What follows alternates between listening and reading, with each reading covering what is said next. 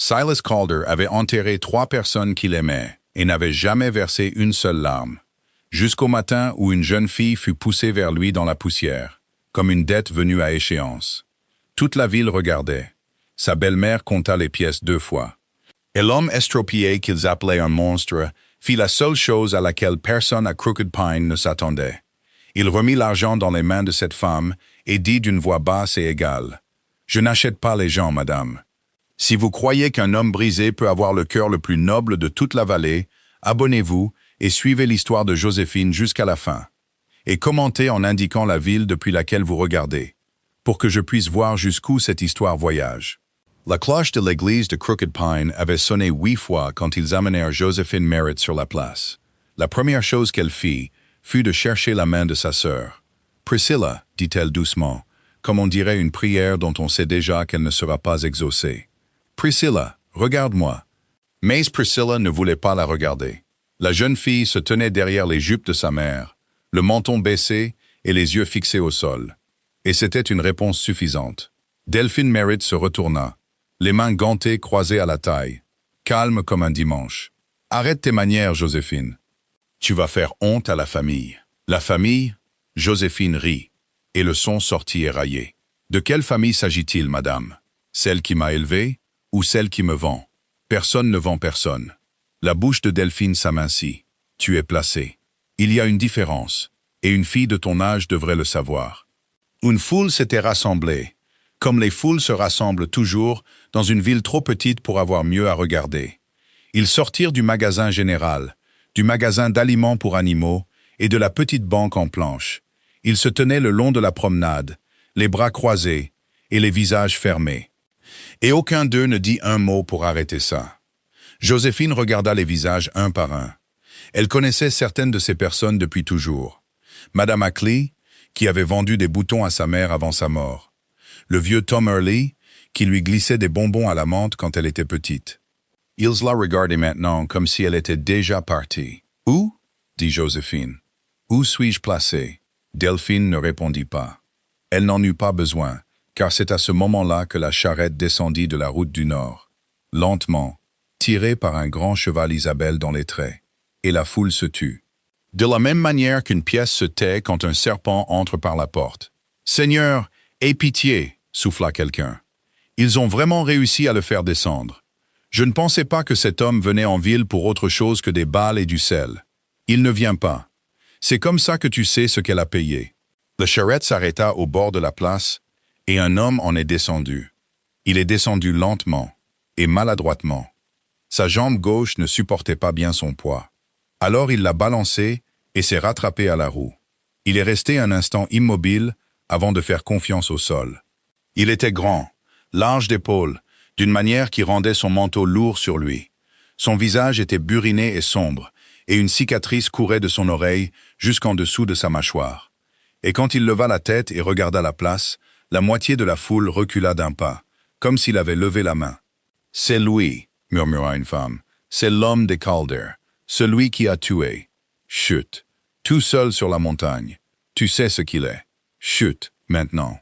Chut. » Joséphine avait entendu les histoires. Chaque enfant de Crooked Pine les avait entendues. Le monstre de la montagne. L'homme sans cœur. L'homme de la lisière des bois, qui était descendu des pins un hiver rigoureux. Il n'avait jamais dit à personne d'où il venait, ni ce qu'il avait fait. Et les gens avaient décidé, comme les gens le font, qu'un homme si silencieux, si balafré et si seul devait avoir quelque chose d'enterré sous le plancher de sa cabane. Et c'était à cet homme que sa belle-mère l'avait vendu. Les genoux de Joséphine fléchirent un instant. Elle se rattrapa. Elle ne tomberait pas devant ces gens. Elle se l'était promis en sortant. Tu ne tomberas pas. Tu ne supplieras pas. Tu ne leur donneras pas cette satisfaction. Et elle redressa sa colonne vertébrale, leva le menton et se força à regarder l'homme qui traversait la poussière vers elle. Silas Calder s'arrêta à 3 mètres. Ses yeux se posèrent d'abord sur Delphine, puis sur la fille derrière ses jupes, et enfin sur Joséphine. Et ils y restèrent un instant de trop. Quelque chose bougea derrière eux que Joséphine ne put déchiffrer. « Madame Merritt, » dit-il. Sa voix était basse et rouillée, comme celle d'un homme qui ne l'utilisait pas beaucoup. « Vous avez envoyé un mot au magasin général. Vous avez dit que vous aviez une fille qui avait besoin d'une place avant la neige. Vous avez dit qu'elle était majeure, consentante et assez forte pour le travail en montagne. C'est exact. Le sourire de Delphine revint, éclatant et faux. Et la voici, 19 ans, en bonne santé, rapide de ses mains. Elle sait cuisiner, raccommoder et soigner un animal malade. Vous ne trouverez pas mieux, Monsieur Calder. Pas pour le prix dont nous avons discuté. Le prix. Joséphine sentit le mot atterrir dans sa propre poitrine comme une pierre jetée dans un puits. La mâchoire de Silas Calder se contracta. Le prix. L'arrangement. Delphine sortit d'un pli de sa jupe une petite bourse à cordon. Elle la leva pour que toute la place puisse la voir. Pour que personne ne puisse dire plus tard qu'elle avait fait quoi que ce soit en cachette. Vous avez envoyé 30 $ d'avance. C'est généreux. Mon mari, que son âme repose en paix, a laissé des dettes, Monsieur Calder. Et une femme seule dans ce monde doit être pratique. Elle lui tendit la bourse, paume vers le haut, comme si elle lui faisait une faveur. Elle est à vous. Emmenez-la. N'en parlons plus. Elle est à vous. La foule se pencha en avant. On pouvait les sentir se pencher, tous, attendant de voir le monstre prendre la fille et l'emmener sur la montagne, attendant l'histoire qu'il raconterait au souper pendant 1 mois. Et Joséphine se tenait là, les poings serrés dans son tablier, tout son corps tremblant. Et elle pensa, c'est comme ça que ça se termine. C'est comme ça qu'une vie se défait. Pas avec un cri, mais avec une femme tendant une bourse au soleil et appelant ça être pratique. Silas Calder regarda la bourse un long moment, puis il s'avança, de sa démarche boitillante et inégale.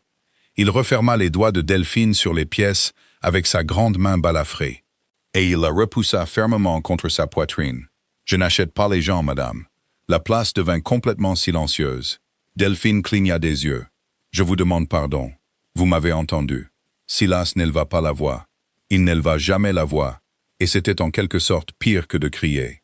« J'ai envoyé 30 $ parce qu'une femme a écrit au magasin.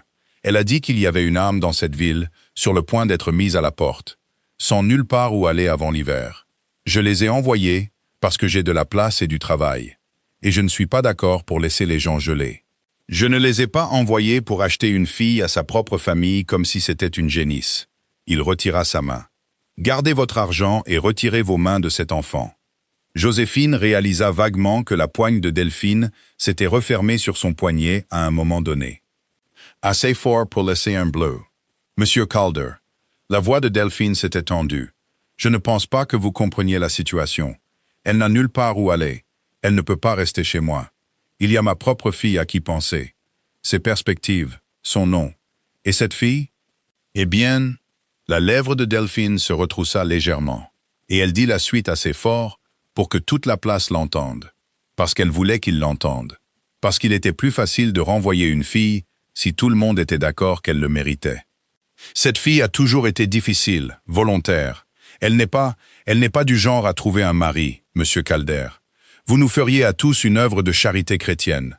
Quelque part dans la foule, quelqu'un rit. Joséphine sentit cela la traverser comme de l'eau froide. Elle s'était préparée à beaucoup de choses ce matin-là. Elle ne s'était pas préparée au rire. Et puis une chose étrange se produisit. Silas Calder tourna lentement la tête et regarda la foule. Il ne dit rien. Il se contenta de regarder, passant d'un visage à l'autre comme un homme compte un troupeau. Et un par un, les rires cessèrent. Les gens trouvèrent des raisons d'étudier leurs propres bottes. Il regarda jusqu'à ce que la place redevienne silencieuse. Puis il se tourna vers Delphine, et quand il parla, sa voix avait encore baissé.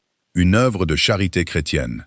Il laissa cela en suspens. « Vous savez, madame, cette ville m'a traité de beaucoup de noms.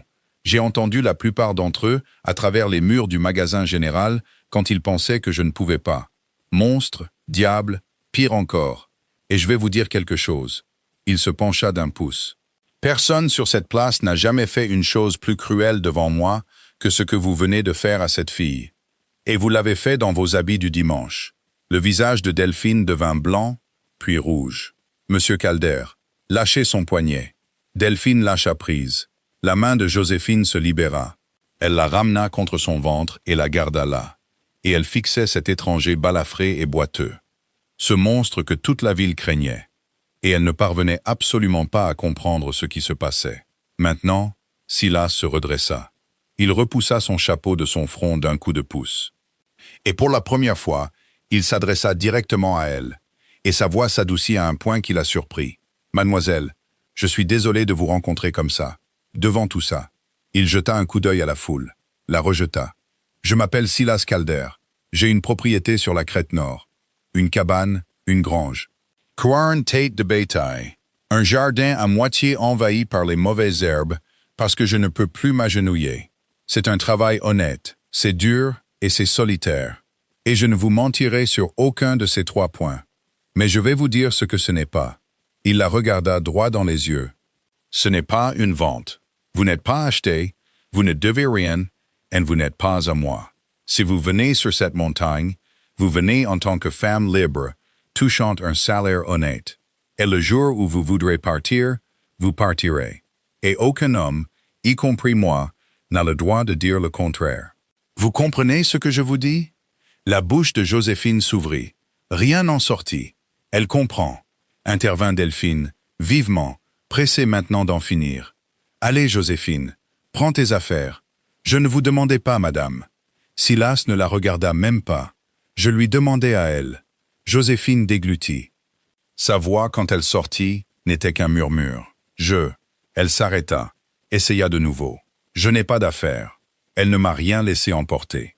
Quelque chose vacilla sur le visage de Silas Calder. C'était parti avant qu'elle ne puisse le nommer. Mais pendant une fraction de seconde, cela ressembla à du chagrin. Très bien, dit-il doucement. Alors, il n'y a rien à chercher, et aucune raison de rester ici, devant tous ces braves gens, plus longtemps que nécessaire. Il s'écarta et se tourna à moitié, ouvrant un chemin vers la charrette. Et il le fit lentement, délibérément, pour qu'elle comprenne qu'il ne cherchait pas à l'attraper, qu'il n'allait pas poser la main sur elle, qu'il n'allait faire aucune des choses auxquelles une fille se prépare. La charrette est là-bas quand vous serez prête. Pas de précipitation. J'attendrai. Et il attendit. C'est la chose dont Joséphine se souviendrait plus tard, longtemps après que la journée elle-même se soit estompée. Pas la honte, ni les pièces, ni le visage détourné de sa sœur. Elle se souviendrait qu'un homme que le monde entier appelait un monstre se tenait dans la poussière, sa mauvaise jambe le faisant souffrir. Et il attendait qu'une fille décide d'elle-même si elle viendrait. Tandis que les bons chrétiens de Crook Pine avaient déjà pris leur décision à son sujet avant même qu'elle ait l'âge d'avoir son mot à dire. Elle regarda Priscilla une dernière fois. « Prissy, dit-elle doucement, ce n'est rien. Ce n'est pas toi qui as fait ça. Je ne t'en veux pas. » Cela fit enfin lever les yeux à sa sœur, les yeux humides, la bouche tremblante. Et la jeune fille fit un pas en avant que la main de Delphine ne jaillisse et n'attrape son épaule, la retenant fermement. « Joséphine, murmura Priscilla, je suis désolée. Je suis tellement désolée. Je lui ai dit de ne pas le faire. » « Je sais. » Joséphine se força à sourire. Cela lui coûta tout. « Je sais que tu l'as fait. Sois sage. Fais attention à elle. » Et puis, parce qu'elle ne pouvait plus tenir une seconde de plus, elle se détourna. Elle marcha, la colonne vertébrale droite, le menton haut, exactement comme elle se l'était promis. Elle traversa la place vers la charrette et l'homme qui attendait. La foule s'écarta pour elle. Personne ne lui dit au revoir. Elle était à mi-chemin sur le siège de la charrette quand la voix vint de la promenade. « Attendez! Attendez une minute !» Un homme se frayait un chemin à travers la foule. Corpulent, le visage rouge, une chaîne de montre en or sur un gilet tendu. Joséphine le connaissait. Tout le monde le connaissait. Harlan Doss, qui dirigeait la banque, détenait la moitié des créances du comté et avait une façon de dominer les gens, même quand ils étaient plus grands que lui. Calder. Doss descendit les 2 marches dans la poussière, les pouces accrochés à son gilet, jouant pour la foule. « Avant que vous n'emmeniez la fille, je pense qu'il y a une question de compte à régler. » Silas avait une main sur le rail de la charrette. Il ne se retourna pas complètement. Doss. « La dette des Merritt. » Doss sourit à la place, les invitant tous à participer. « Feu Monsieur Merritt devait à ma banque une somme considérable. Sa veuve la rembourse petit à petit. Maintenant, si je comprends bien cet arrangement, » il fit un signe de tête à Delphine, qui était devenue très immobile. La fille devait servir à régler ce compte. Du travail en lieu et place de pièce, pour ainsi dire. Ce qui fait d'elle, en quelque sorte, une garantie. Et une garantie ne s'en va pas comme ça sur une montagne parce qu'un ermite a une crise de conscience. L'estomac de Joséphine se noua. Elle se tourna pour regarder Delphine et vit la vérité écrite sur tout le visage de la femme. La panique, la rougeur, la façon dont elle évitait le regard de Dos. Et elle comprit tout d'un coup ce qui s'était passé.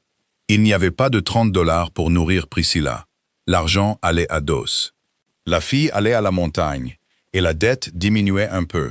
Et tout le monde sur cette place le savait, l'avait laissé faire et avait appelé ça une œuvre de charité. « Vous m'avez vendu pour payer la banque, » dit Joséphine. « Pas à Delphine, à personne, au ciel. Vous ne m'avez même pas vendu pour vous. Vous m'avez vendu pour lui. » Silas Calder se retourna complètement maintenant. Il regarda Arlen Doss pendant un long moment. Et quand il parla, c'était lentement et calmement, et chaque âme sur cette place se pencha pour entendre. « Laissez-moi être sûr d'avoir bien compris, Monsieur Doss. » Il fit un pas hors de la charrette, vers la promenade, sa jambe boitillante. « Vous êtes là, dans votre beau gilet, en train de dire à tous ces gens qu'une fille vivante et respirante est une garantie sur le prêt d'un homme mort, qu'elle appartient à votre banque comme une grange ou une charrette, qu'elle peut être échangée pour effacer une dette qu'elle n'a jamais signée et dont elle n'a jamais dépensé un centime. Un autre pas. C'est à peu près ça? » Le sourire de Doss devint un peu moins certain. « La loi, c'est la loi, Calder. Une dette est une dette. Je ne fixe pas les conditions. Je les fais juste respecter. Il n'y a aucune loi dans ce territoire, ni dans aucun autre, dit Silas, qui permette à un être humain d'être mis en garantie sur la note d'un autre être humain. Pas depuis une guerre que nous avons menée précisément pour ça. Vous le savez, je le sais. Et chaque homme, sur cette promenade, avec un peu de bon sens, le sait. C'est pourquoi aucun d'eux ne m'a regardé dans les yeux depuis que je suis descendu de cette charrette. Sa voix ne s'éleva jamais. Elle devint juste plus froide. « Alors voici la situation, Monsieur Doss. Si Madame Merritt doit de l'argent à votre banque, c'est une affaire entre Madame Merritt et votre banque. Et vous pouvez la régler avec un juge comme un homme civilisé. Mais la fille n'en fait pas partie. La fille n'en a jamais fait partie.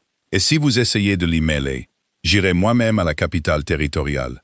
Et je jurerai chaque mot de ce que j'ai vu se passer sur cette place ce matin, devant chaque témoin présent ici. » Il se tourna lentement et balaya la foule de ce même regard plat. « Et il y a beaucoup de témoins, n'est-ce pas, les amis ?» Personne ne répondit. Personne n'en avait besoin. La mâchoire de Doss se contracta. Il regarda la foule, la jaugeant. Et Joséphine le regarda faire le calcul. Elle le regarda peser à quel point la peur de la ville envers l'homme Calder était de la peur. Et à quel point, à cet instant précis, elle s'était tranquillement transformée en quelque chose de plus proche du respect. Elle le regarda décider que ça n'en valait pas la peine. Pas aujourd'hui. Pas ici. Ce n'est pas fini, dit finalement Doss, à voix basse, destinée uniquement à Silas. Vous ne savez pas dans quoi vous mettez les pieds, Calder. Vous ne savez pas quels intérêts vous contrariez. Je suppose que je le découvrirai. Silas inclina son chapeau, faussement poli. Monsieur Doss. Et il tourna le dos au banquier délibérément, une insulte que tout le monde comprit, et retourna en boitant à la charrette.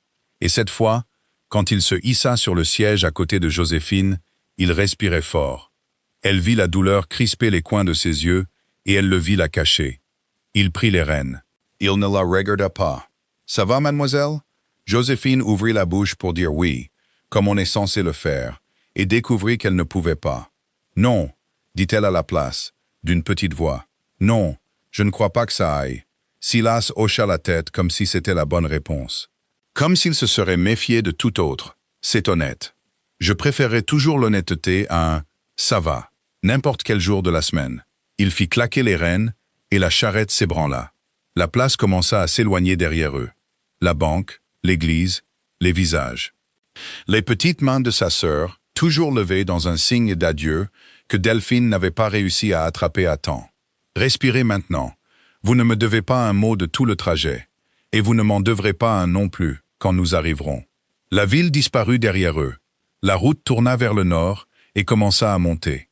Et Joséphine Merritt, 19 ans, vendue le matin pour régler la dette d'un homme mort, et libérée à midi par le seul homme que tout le monde lui avait appris à craindre, était assise à côté d'un étranger sur un siège de charrette cahotant. Et finalement, Là où personne de Crooked Pine ne pouvait la voir, elle se laissa pleurer. Il la laissa faire. C'était la deuxième chose dont elle se souviendrait. Il ne lui dit pas d'arrêter. Il ne lui dit pas que tout irait bien, ce qui aurait été un mensonge. Et il ne remplit pas le silence de paroles, ce qui aurait été pour son confort et non le sien. Il a simplement conduit, les deux mains sur les rênes, le regard droit devant. Il lui a accordé le kilomètre nécessaire pour s'effondrer, et le kilomètre suivant pour se reconstruire. Et quand elle s'essuya enfin le visage avec le talon de sa main et prit une inspiration tremblante, il attendit un moment décent avant de parler. « Je m'appelle Joséphine, dit-elle. Josie. C'est sorti avant qu'elle n'ait décidé de le dire. Mon père m'appelait Josie. Plus personne maintenant. Josie. » Il l'essaya avec précaution, comme si c'était quelque chose qui pouvait se briser. « Ça vous convient, ou vous préférez Mademoiselle Merritt? »« C'est votre choix. Je vous appellerai comme vous me le direz. » Elle le regarda, soupirant longuement. C'était une si petite chose qu'on lui demandait. Elle ne se souvenait pas de la dernière fois que quelqu'un lui avait demandé comment elle voulait être appelée. « Josie, c'est bien, » dit-elle. « Josie. Oui, merci. Très bien. Alors, Josie. » Il hocha la tête une fois, et ce fut réglé. Ils roulèrent un moment. Les sabots des chevaux, les roues, le vent et les grands pins étaient les seuls sons, et Josie découvrit à sa surprise que le silence n'était pas du genre effrayant. C'était le genre dans lequel on pouvait se reposer. « Puis-je vous demander quelque chose ?» dit-elle finalement. « Demandez. Pourquoi l'avez-vous fait ?» Elle se tourna sur le siège pour lui faire face. « Envoyez l'argent. Vous ne m'aviez jamais rencontré. Vous n'aviez rencontré aucun d'entre nous. Vous auriez pu engager un ouvrier de la ville, un homme, quelqu'un de fort. Pourquoi envoyer 30 $ d'avance pour une fille que vous n'aviez jamais vue, sur la parole d'une femme que vous ne connaissiez pas ?» Silas resta silencieux assez longtemps pour qu'elle pense qu'il ne répondrait peut-être pas. Parce que le mot disait qu'elle serait mise à la porte sans nulle part où aller avant l'hiver, dit-il enfin. Ces mots, nulle part où aller. Ses mains se crispèrent sur les rênes et se détendirent. Je sais ce que c'est, Josie, de n'avoir nulle part où aller. Je sais ce qu'un hiver du Montana fait à un corps qui n'a nulle part où aller. J'ai enterré des gens qui n'avaient nulle part où aller. Un muscle travailla dans sa mâchoire.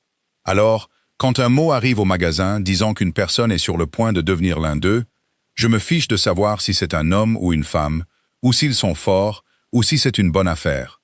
Tout ce qui m'importe, c'est qu'en janvier, ils aient un toit, un feu et assez à manger.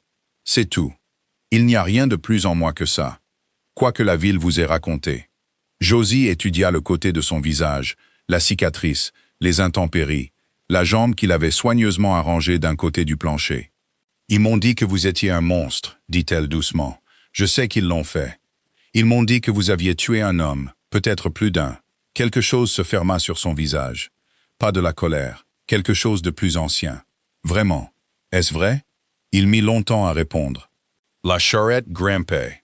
Quand il parla enfin, sa voix était devenue plate. Et même, la voix d'un homme récitant quelque chose avec lequel il avait fait la paix, ne s'attendant jamais à être cru. « Il y a une version qu'il raconte à Crooked Pine, dit-il. Et il y a ce qui s'est passé. Et ce ne sont pas les mêmes histoires, Josie. Bien que je ne vais pas rester assis ici à vous prétendre que mes mains sont propres, car les mains d'aucun homme ne sont propres s'il a vécu la vie que j'ai vécue. Mais je vais vous dire ceci, et vous pouvez le croire ou non, comme bon vous semble. » Il la regarda, et il n'y avait aucune supplication, aucune demande de confiance. Juste une vérité simple et fatiguée posée entre eux. Je n'ai jamais de ma vie levé la main sur une âme qui n'en levait pas une sur quelqu'un de plus faible d'abord. Et je ne le ferai jamais. Vous allez être seul avec moi sur cette montagne pendant un long moment. Et je serai un lâche de ne pas le dire clairement pour que vous puissiez dormir la nuit. Vous êtes plus en sécurité sous mon toit que vous ne l'étiez sur cette place ce matin. C'est peu, Dieu le sait, mais c'est la vérité, et ça le restera. Et si jamais je vous donne la moindre raison d'en douter, vous prenez ce cheval Isabelle et vous partez. Et je ne vous appellerai même pas. Josie réfléchit à cela. Elle avait passé 19 ans à apprendre à lire la différence entre ce que les gens disaient et ce qu'ils pensaient. Sa belle-mère pouvait dire « Je t'aime comme ma propre fille » et penser « Tu es un fardeau. Je compte les jours pour m'en débarrasser. » Toute la ville pouvait dire « œuvre de charité chrétienne » et penser « bon débarras ». Elle était devenue très, très douée pour entendre la deuxième chose sous la première. Et elle a écouté cet étranger balafré et boiteux dire « Vous êtes en sécurité ». Et pour rien au monde, elle ne parvenait à trouver le sens caché derrière ces mots. Il n'y avait pas de sens caché, il n'y avait que les mots. Elle ne savait pas quoi faire de ça. Alors, elle détourna le regard vers les pins qui grimpaient, et elle dit d'une petite voix « Mon père disait la même chose, que je serais toujours en sécurité avec lui. » Elle déglutit. Il est mort il y a 2 hivers, et il s'est avéré que la sécurité était la seule chose qu'il avait à me laisser, et elle est morte avec lui. « Je suis désolé, » dit Silas, et elle le crut aussi. Après sa mort, Josie s'arrêta, recommença. Delphine l'a épousée quand j'avais 11 ans. Elle a amené Priscilla, et pendant un certain temps, c'était bien. Je pensais que nous étions une famille. J'aimais cette petite fille comme si elle était de mon propre sang. Mais après la mort de papa, quelque chose a changé. Presque du jour au lendemain, comme un masque qui tombe. Et j'ai compris que pour elle, je n'avais jamais été une fille du tout. J'avais été le prix à payer pour épouser un veuf avec des terres. Sa voix se durcit légèrement. Et une fois que la terre fut à elle, et que le veuf fut sous terre, je ne servais plus à rien. Il n'y avait que sa vraie fille à qui penser. Les perspectives de Priscilla, le nom de Priscilla. Elle eut un rire court et amer. Vous l'avez entendu le dire devant toute la ville. Pas du genre à trouver un mari. Silas émit un son grave dans sa gorge. Cette femme, dit-il, ne sait pas la première chose sur vous, Josie Merritt. Et elle a dit ce qu'elle a dit, parce qu'il est plus facile de jeter quelque chose si vous avez dit à tout le monde que c'était cassé au départ. Il secoua la tête lentement. Vous n'êtes pas brisé. Une personne ne se redresse pas pour traverser une place pleine de gens qui se moquent d'elle sans s'effondrer. Je vous ai vu le faire. Si ça, c'est être brisé, alors ce n'est pas être brisé. C'est tout le contraire d'être brisé. C'est la chose la plus forte que j'ai vu une personne faire depuis un bon moment. Et j'ai vu des hommes marcher sous les tirs. La gorge de Josie se serra. Elle baissa les yeux sur ses mains tordues sur ses genoux et ne put parler. Alors Silas se racla la gorge brusquement, comme s'il en avait dit plus qu'il n'était à l'aise et voulait revenir en terrain connu. Assez de discussions difficiles pour un trajet en charrette. Voici comment ça va se passer là-haut. Il y a la cabane, une seule pièce, mais elle est étanche et chaude, et c'est la vôtre. Je serai dans la grange. La tête de Josie se releva. La grange? Il y a un poêle là-bas, et j'ai dormi dans des conditions plus rudes. Vous aurez la cabane et une porte qui se verrouille de l'intérieur, et je serai à une bonne 40aine de mètres, où vous pourrez m'entendre, mais vous n'aurez pas à me voir avant d'être prête. Ce sera comme ça jusqu'à ce que vous me disiez le contraire. Il dit cela comme si c'était l'arrangement le plus naturel du monde, comme si un homme abandonnant son propre lit et son propre toit à une étrangère était simplement ce qu'une personne faisait. Le salaire est d'$1 par semaine, payé le dimanche. À vous de le garder, de l'économiser ou de le dépenser en ville. Et si le travail vaut plus qu'$1, et ce sera le cas, je ne le nierai pas, alors nous en discuterons. Vous cuisinez si vous en avez envie, et je vous en serai reconnaissant. Mais vous n'êtes pas obligé. Vous n'êtes obligé à pas grand-chose, sauf à être honnête avec moi sur la façon dont vous vous en sortez. Parce que je ne peux pas réparer ce que je ne sais pas être cassé. Il lui jeta un coup d'œil. C'est juste? C'est... Josie secoua la tête, hébétée. Monsieur Calder, c'est plus que juste. C'est plus que ce que quiconque m'a jamais offert, et... Elle ne put finir. Pourquoi êtes-vous gentil avec moi? La charrette passa une crête, et le paysage s'ouvrit devant eux. Quelque part en contrebas, une cabane et une grange, un bosquet de sapins et 40 têtes de bétail broutant l'herbe haute de l'été. Mais Josie ne regardait rien de tout ça. Elle le regardait, lui. Silas Calder resta silencieux un moment. Puis il dit sans la regarder, d'une voix devenue rauque sur les bords, « Parce que quelqu'un a été gentil avec moi une fois, quand je n'avais rien, et que je méritais moins. Et j'ai passé chaque année depuis à essayer d'en être digne. Boulin. » Il arrêta lentement le cheval en haut de la crête et serra le frein. Et finalement, il se tourna pour la regarder, ce monstre que le monde entier craignait, avec son visage balafré, sa jambe abîmée et ses yeux constants. Bienvenue chez vous, Josie, pour aussi longtemps que vous voudrez que ce soit chez vous. Personne ici ne vous échangera jamais contre quoi que ce soit. Vous avez ma parole là-dessus. Et ma parole est à peu près la seule chose qui me reste dans ce monde qui vaille quelque chose. Josie Merritt, qui avait appris à entendre le sens caché sous les mots, regarda ce visage et n'entendit que la vérité. Pour la première fois en 2 ans, elle se permit d'y croire. La première semaine, Josie apprit qu'une montagne ne se soucie pas de savoir si vous êtes en deuil. Elle l'apprit avant l'aube du 2e matin, quand Silas frappa 2 fois à la porte de la cabane. Pas fort, juste assez pour la réveiller. Et il appela à travers le bois que les vaches ne se trayaient pas toutes seules, et qu'elle était la bienvenue pour dormir, mais que le café serait prêt quand elle sortirait. Elle fut debout, habillée et dehors en 4 minutes chrono, car 2 ans chez Delphine l'avaient entraînée. Une personne qui dormait pendant que les autres travaillaient ne restait pas la bienvenue longtemps. Silas était déjà au foyer à l'extérieur de la grange, et il leva les yeux vers elle, surpris. « Je ne voulais pas que vous sautiez du lit, dit-il. C'était une invitation, pas une cloche. Je ne reste pas au lit pendant qu'un homme fait les corvées, dit Josie. Je n'ai pas été élevé comme ça. Non. Quelque chose traversa son visage. Non, je suppose que non. Il lui tendit une tasse en fer blanc de café, noir et brûlant. Elle l'enveloppa de ses 2 mains et comprit, par la petite manière prudente dont il la lui passait, tournant la hanse vers elle, ne laissant pas ses doigts toucher les siens, qu'il avait réfléchi à la façon de tendre une tasse de café à une fille effrayée, qu'il avait décidé à l'avance de ne pas la toucher. Elle ne savait pas quoi faire d'un homme qui pensait si loin à son confort. Toute sa vie, les hommes qui pensaient à l'avance étaient ceux qu'il fallait surveiller de plus près. Les vaches, dit-elle pour avoir quelque chose à dire. Les vaches. Il hocha la tête en direction de la grange. Venez, je vais vous montrer une fois. Vous saurez faire demain. Il lui montra une fois. Elle sut faire dès l'après-midi. C'était le schéma de la première journée. Silas lui montrant une chose une fois, simplement, sans chichi. Puis il se retirait et la laissait échouer, comprendre, échouer à nouveau et réussir. Et jamais une seule fois il ne lui dit qu'elle était lente, stupide ou qu'elle faisait mal.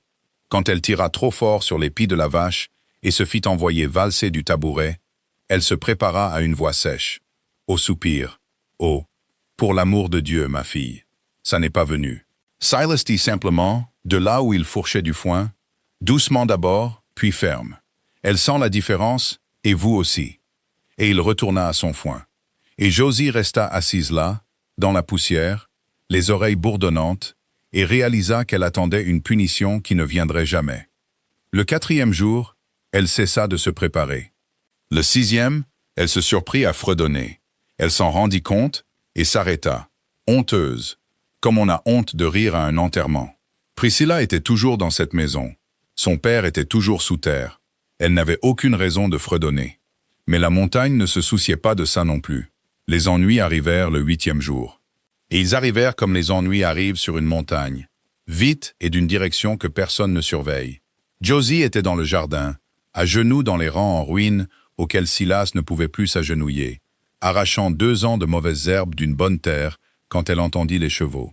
3 d'entre eux montant la piste nord au pas, et quelque chose dans leur son, trop nombreux, trop lent, trop délibéré, l'a mis sur ses pieds avant même qu'elle n'y ait pensé. Silas était déjà sorti de la grange.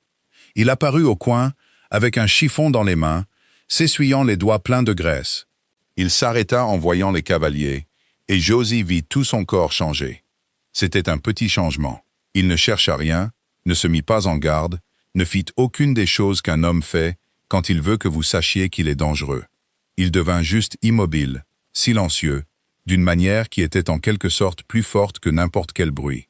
Et elle comprit, en le regardant, que c'était ce que la ville avait vu et appelé monstrueux, cette immobilité. Parce que c'était l'immobilité d'un homme qui avait déjà décidé depuis longtemps jusqu'où il laisserait une chose aller avant d'y mettre fin. « Josie, » dit-il à voix basse, sans la regarder. « Rentre dans la cabane. Qui sont-ils? Les hommes de Dos. Rentre. » Elle ne rentra pas. Elle vint se tenir à quelques mètres derrière lui et sur le côté. Assez près pour être avec lui, assez loin pour ne pas gêner sa mauvaise jambe. Et elle vit sa mâchoire se crisper. Et elle sut qu'il voulait discuter. Et elle sut qu'il n'allait pas le faire parce qu'il n'y avait pas le temps. Les 3 cavaliers s'arrêtèrent dans la cour. 2 d'entre eux, elle ne les connaissait pas. Des hommes au visage dur, avec des pistolets portés bas et à portée de main. Le 3e, elle le connaissait. Le contremaître de Harlan Doss, un homme mince nommé Kurt Partardo, avec une façon de sourire qui n'atteignait jamais ses yeux. Il avait une fois jeté les meubles d'une veuve dans la rue personnellement, pendant qu'elle pleurait, et avait appelé ça des affaires. Calder, Partardo toucha le bord de son chapeau, avec moquerie. Bel endroit que vous avez ici. Vraiment bien, ce serait dommage. Dites ce que vous voulez, Partardo. Pas d'affaire. Une visite amicale. Les yeux de Partardo glissèrent au-delà de Silas et trouvèrent Josie. Ils le parcoururent lentement de haut en bas, et elle le sentit comme une main. C'est la fille, celle pour qui vous avez joué les galants sur la place. Il siffla doucement. La moitié de la ville en parle, vous savez. Le monstre l'a laissé pour compte, doux comme un agneau. Josie sentit son visage s'empourprer. À côté d'elle, Silas n'avait pas bougé. « Vous avez dit ce que vous aviez à dire, » dit Silas. « Maintenant, faites demi-tour avec ces chevaux. Voyez-vous, je le ferai bien. » Partardo s'appuya sur le pommeau de sa selle. Mais Monsieur Doss, il a eu une idée légale. Il s'avère que cette fille qui se tient là a bien des papiers qui lui sont attachés. Et je ne parle pas des morts. Je veux dire, il sourit plus largement. Il s'avère que le comté a des questions sur une fille de 19 ans, vivant non mariée et sans chaperon avec un homme comme vous. Des questions de décence. Monsieur Doss étant un homme d'église, il détesterait voir un scandale. Il a pensé que ce serait peut-être plus propre pour tout le monde si la fille revenait en ville. En garde à vue préventive, pourrait-on dire, jusqu'à ce que les choses soient réglées correctement. Et voilà. Josie sentit le sol se dérober. Elle vit tout en un instant. Comment il tordrait les choses? Comment il prendrait la seule chose gentille qui lui était arrivée en 2 ans et en ferait une saleté, en ferait un scandale, la ramènerait de la montagne, au nom de sa propre décence, et la rendrait à la femme qui l'avait vendue. Elle ouvrit la bouche et ce qui en sortit la surprit. Non. Partardo cligna des yeux. Pardon, mademoiselle. J'ai dit non. Sa voix trembla et elle la fit cesser. J'ai dit non. Je suis majeur dans ce territoire. Et je suis ici de ma propre volonté, touchant un salaire honnête. Et il n'y a rien dans la loi de Dieu ou des hommes qui dit que je dois aller quelque part avec vous. Alors vous pouvez dire à Monsieur Doss que je décline sa protection. Et vous pouvez lui dire que je sais exactement ce qu'elle vaut. Pendant 1 seconde, personne ne parla. Puis Silas dit calmement, sans quitter Partardo des yeux. Elle l'a dit. Je n'ai pas grand-chose à ajouter. Le sourire de Partardo disparut enfin. Vous faites tous les deux une erreur. Je suppose que nous sommes doués pour ça. Silas fit un pas en avant, et c'était une si petite chose, un pas inégal. Mais les 2 hommes de main bougèrent sur leur selle, et l'un d'eux laissa tomber sa main vers sa ceinture. Silas le vit, s'arrêta, et écarta ses propres mains vides, bien en évidence au soleil. « Attendez, personne ici n'est armé à part vous 3, et j'aimerais que ça reste une visite amicale comme vous l'avez dit. Alors voici comment ça va se passer, Partardo. Vous allez redescendre et dire à Doss que la fille décline. Et vous allez lui dire une chose de plus. Et vous allez le lui dire avec soin parce que je le veux mot pour mot. » Sa voix baissa. « Dites-lui que je sais ce qu'il y a sous ces terres. » Quelque chose changea sur le visage de Partardo. Ce fut rapide, un vacillement presque disparu avant d'apparaître. Mais Josie le vit, et Silas aussi. Et Josie comprit qu'elle venait de voir un bluff toucher quelque chose de réel. « Je ne sais pas de quoi vous parlez, » dit Partardo. « Trop vite. » « Bien sûr que non. » Silas faillit sourire. « Dites-le lui quand même, mot pour mot. Calder sait ce qu'il y a sous les terres. Et puis regardez son visage quand vous le direz, Partardo. Et vous saurez si je bluffe bien mieux que vous ne le savez maintenant. » Partardo resta un long moment sur son cheval. Puis il rassembla ses rênes, faisant tourner la tête de l'animal brusquement. « Ce n'est pas fini, dit-il. Ça ne l'est jamais. » Silas ne bougea pas. « Bonne route. » Ils partirent. Josie se tenait à côté de Silas et les regarda tous les 3 descendre la piste nord au trot. Plus aucune fanfaronnade. Et elle attendit que le son de leurs pas se soit estompé dans les pins avant que ses jambes ne la lâchent. Elle s'assit lourdement dans la terre du jardin. Silas fut à côté d'elle en un instant, aussi vite que sa jambe le lui permettait, se laissant descendre avec un grognement, sans la toucher, juste là. « Vous avez bien fait, dit-il. Vous m'entendez ? Vous avez bien fait. Mieux que bien. Je tremble. Bien sûr que vous tremblez. C'est votre corps qui vous dit qu'il vient de faire quelque chose de difficile. » Il la regarda, et il y avait quelque chose de nouveau sur son visage. Quelque chose qui ressemblait presque à de l'émerveillement. Non, Vous l'avez dit droit dans ses dents. Vous savez combien d'hommes adultes dans ce comté diraient non à Kurt Partardo. Je pourrais les compter sur cette main. Il leva sa main, en fit un point, puis l'ouvrit. Josie eut un rire humide, à moitié un sanglot. Ça ne semblait pas courageux. Ça semblait être comme une chute. C'est ce que l'on ressent quand on est courageux. Josie, dit-il doucement, quiconque vous dit le contraire, essaye de vous vendre quelque chose. Elle s'essuya le visage, se calma, puis elle posa la question qui se formait depuis leur arrivée dans la cour. Qu'y a-t-il sous les terres? L'expression de Silas se ferma. Pas contre elle, elle le comprenait maintenant. Juste fermé, comme un homme ferme une porte sur une pièce où il ne va pas. Plus tard, dit-il, je vous le dirai. Vous avez mérité la vérité, et vous l'aurez. Mais pas assis dans la poussière avec mon cœur qui bat encore la chamade. Laissez-moi me relever de ce sol d'abord. Voulez-vous, avant que ma jambe ne se bloque et que vous deviez aller chercher le cheval pour me tirer? Et Josie rit à nouveau, vraiment cette fois, et se mit sur ses pieds. Et avant d'avoir réfléchi si elle en avait le droit, elle se pencha et lui offrit sa main. Silas la regarda. Un instant, elle pensa qu'elle avait fait une erreur, franchit la ligne prudente qu'il avait tracée, et elle commença à la retirer. Mais alors sa grande main balafrée se referma sur la sienne, chaude, rugueuse et douce. Elle se cala et tira, et il se releva du sol avec un grognement et beaucoup de son propre effort. Et pendant une seconde, ils se tinrent proches, sa main toujours dans la sienne, tous deux un peu surpris. Silas lâcha le premier. « Prudemment. Merci, dit-il brusquement. De rien. » Et aucun d'eux ne dit quoi que ce soit sur le fait que c'était la première fois qu'elle le touchait volontairement. Il lui raconta cette nuit-là. Il lui raconta au coin du feu après le souper. Elle avait préparé un ragoût de lapin et du pain de maïs. Il en avait mangé 3 portions et lui avait dit 2 fois que c'était la meilleure chose qu'il ait mise dans sa bouche depuis des années. Elle avait rougi et dit que ce n'était que du lapin. Et il avait dit, ce n'est pas que quoi que ce soit si une personne l'a préparé avec soin. Et elle avait dû détourner le regard. Et puis le feu baissa et les étoiles sortirent, épaisses et froides au-dessus de leur tête. Et Silas tourna et retourna sa tasse de café dans ses mains, et finalement parla. « Cette terre appartenait à mon père, dit-il, et à son père avant lui. Les Calders sont sur cette montagne depuis 60 ans. Et il y a environ 4 ans, un arpenteur est passé, du travail pour le comté, cartographiant les ruisseaux. Et il m'a pris à part, discrètement, et il m'a dit quelque chose qu'il n'était pas censé me dire. Silas fixa les braises. Il m'a dit qu'il y a de l'argent dans la roche du ruisseau. Bas un peu. Un filon qui court juste sous le pâturage nord, sous cette cabane, sous toute la crête. Il a dit que dans 5 ans, 10 ans, quand les gros sous viendraient chercher, cette terre vaudrait plus que chaque acre de la vallée réunie. Il tourna la tasse. Et il m'a dit une autre chose. Il a dit que Harlan Doss avait déjà commencé à se renseigner, à acheter discrètement, à faire signer des billets à des hommes qu'il ne pouvait pas rembourser, pour pouvoir prendre leur terre quand il ferait défaut, se construisant un empire sur le dos d'un secret que seule une poignée de personnes connaissaient. Josie eut froid. « Les dettes, murmura-t-elle. C'est pour ça qu'il détient tant de créances. Ce n'est pas un banquier. C'est un homme qui construit une mine sur la ruine des autres. » Silas hocha la tête. Une ferme à la fois, une famille à la fois. Signez ici, madame. Désolé pour votre mari, madame. Oh mon Dieu, vous avez fait défaut, madame. Je prends l'acte de propriété.